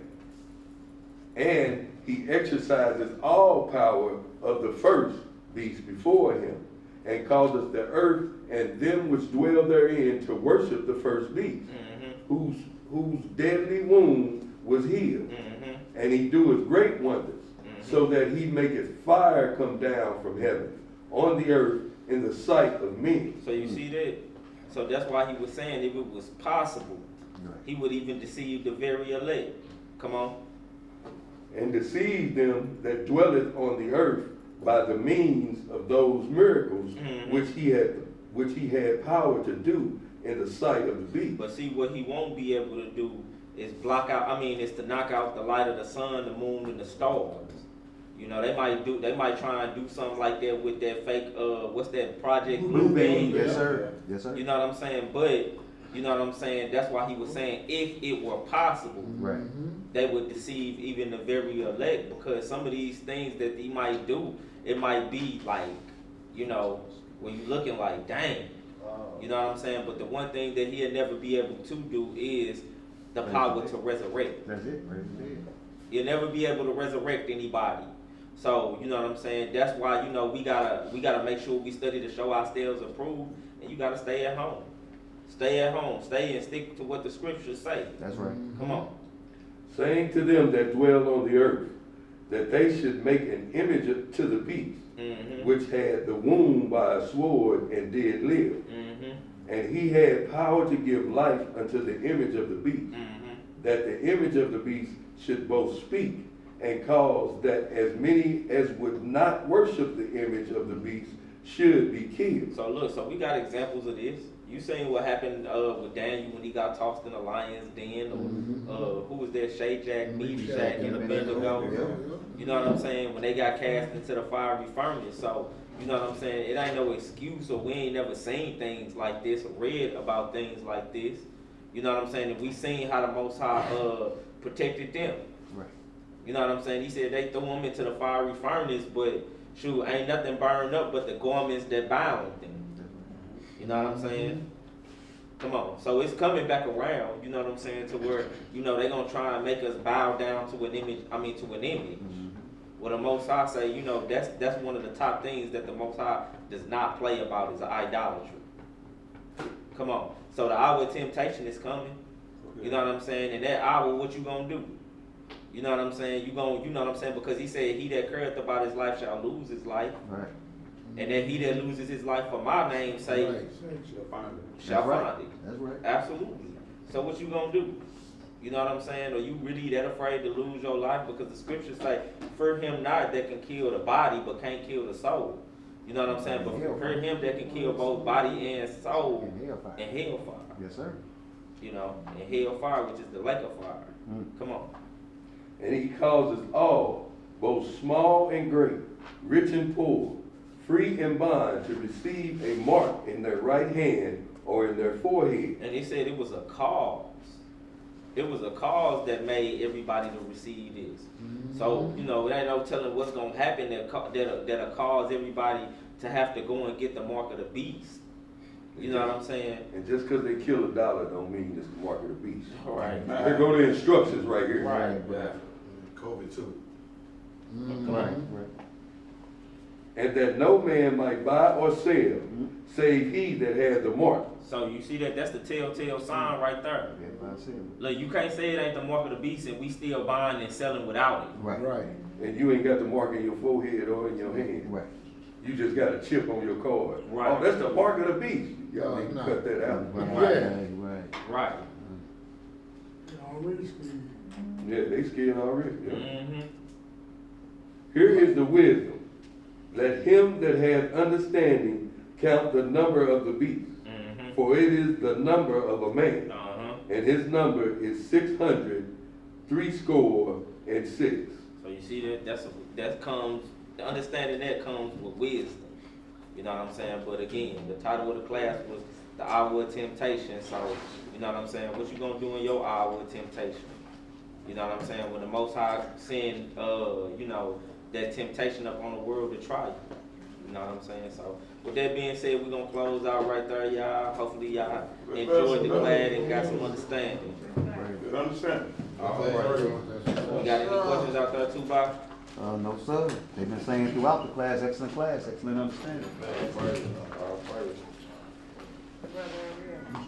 27.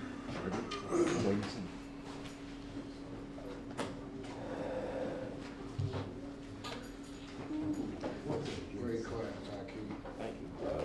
What we do again, son? 14. 14. 27 we gonna go out. And I pray you don't talk to me about it when it's side. I heard that somewhere.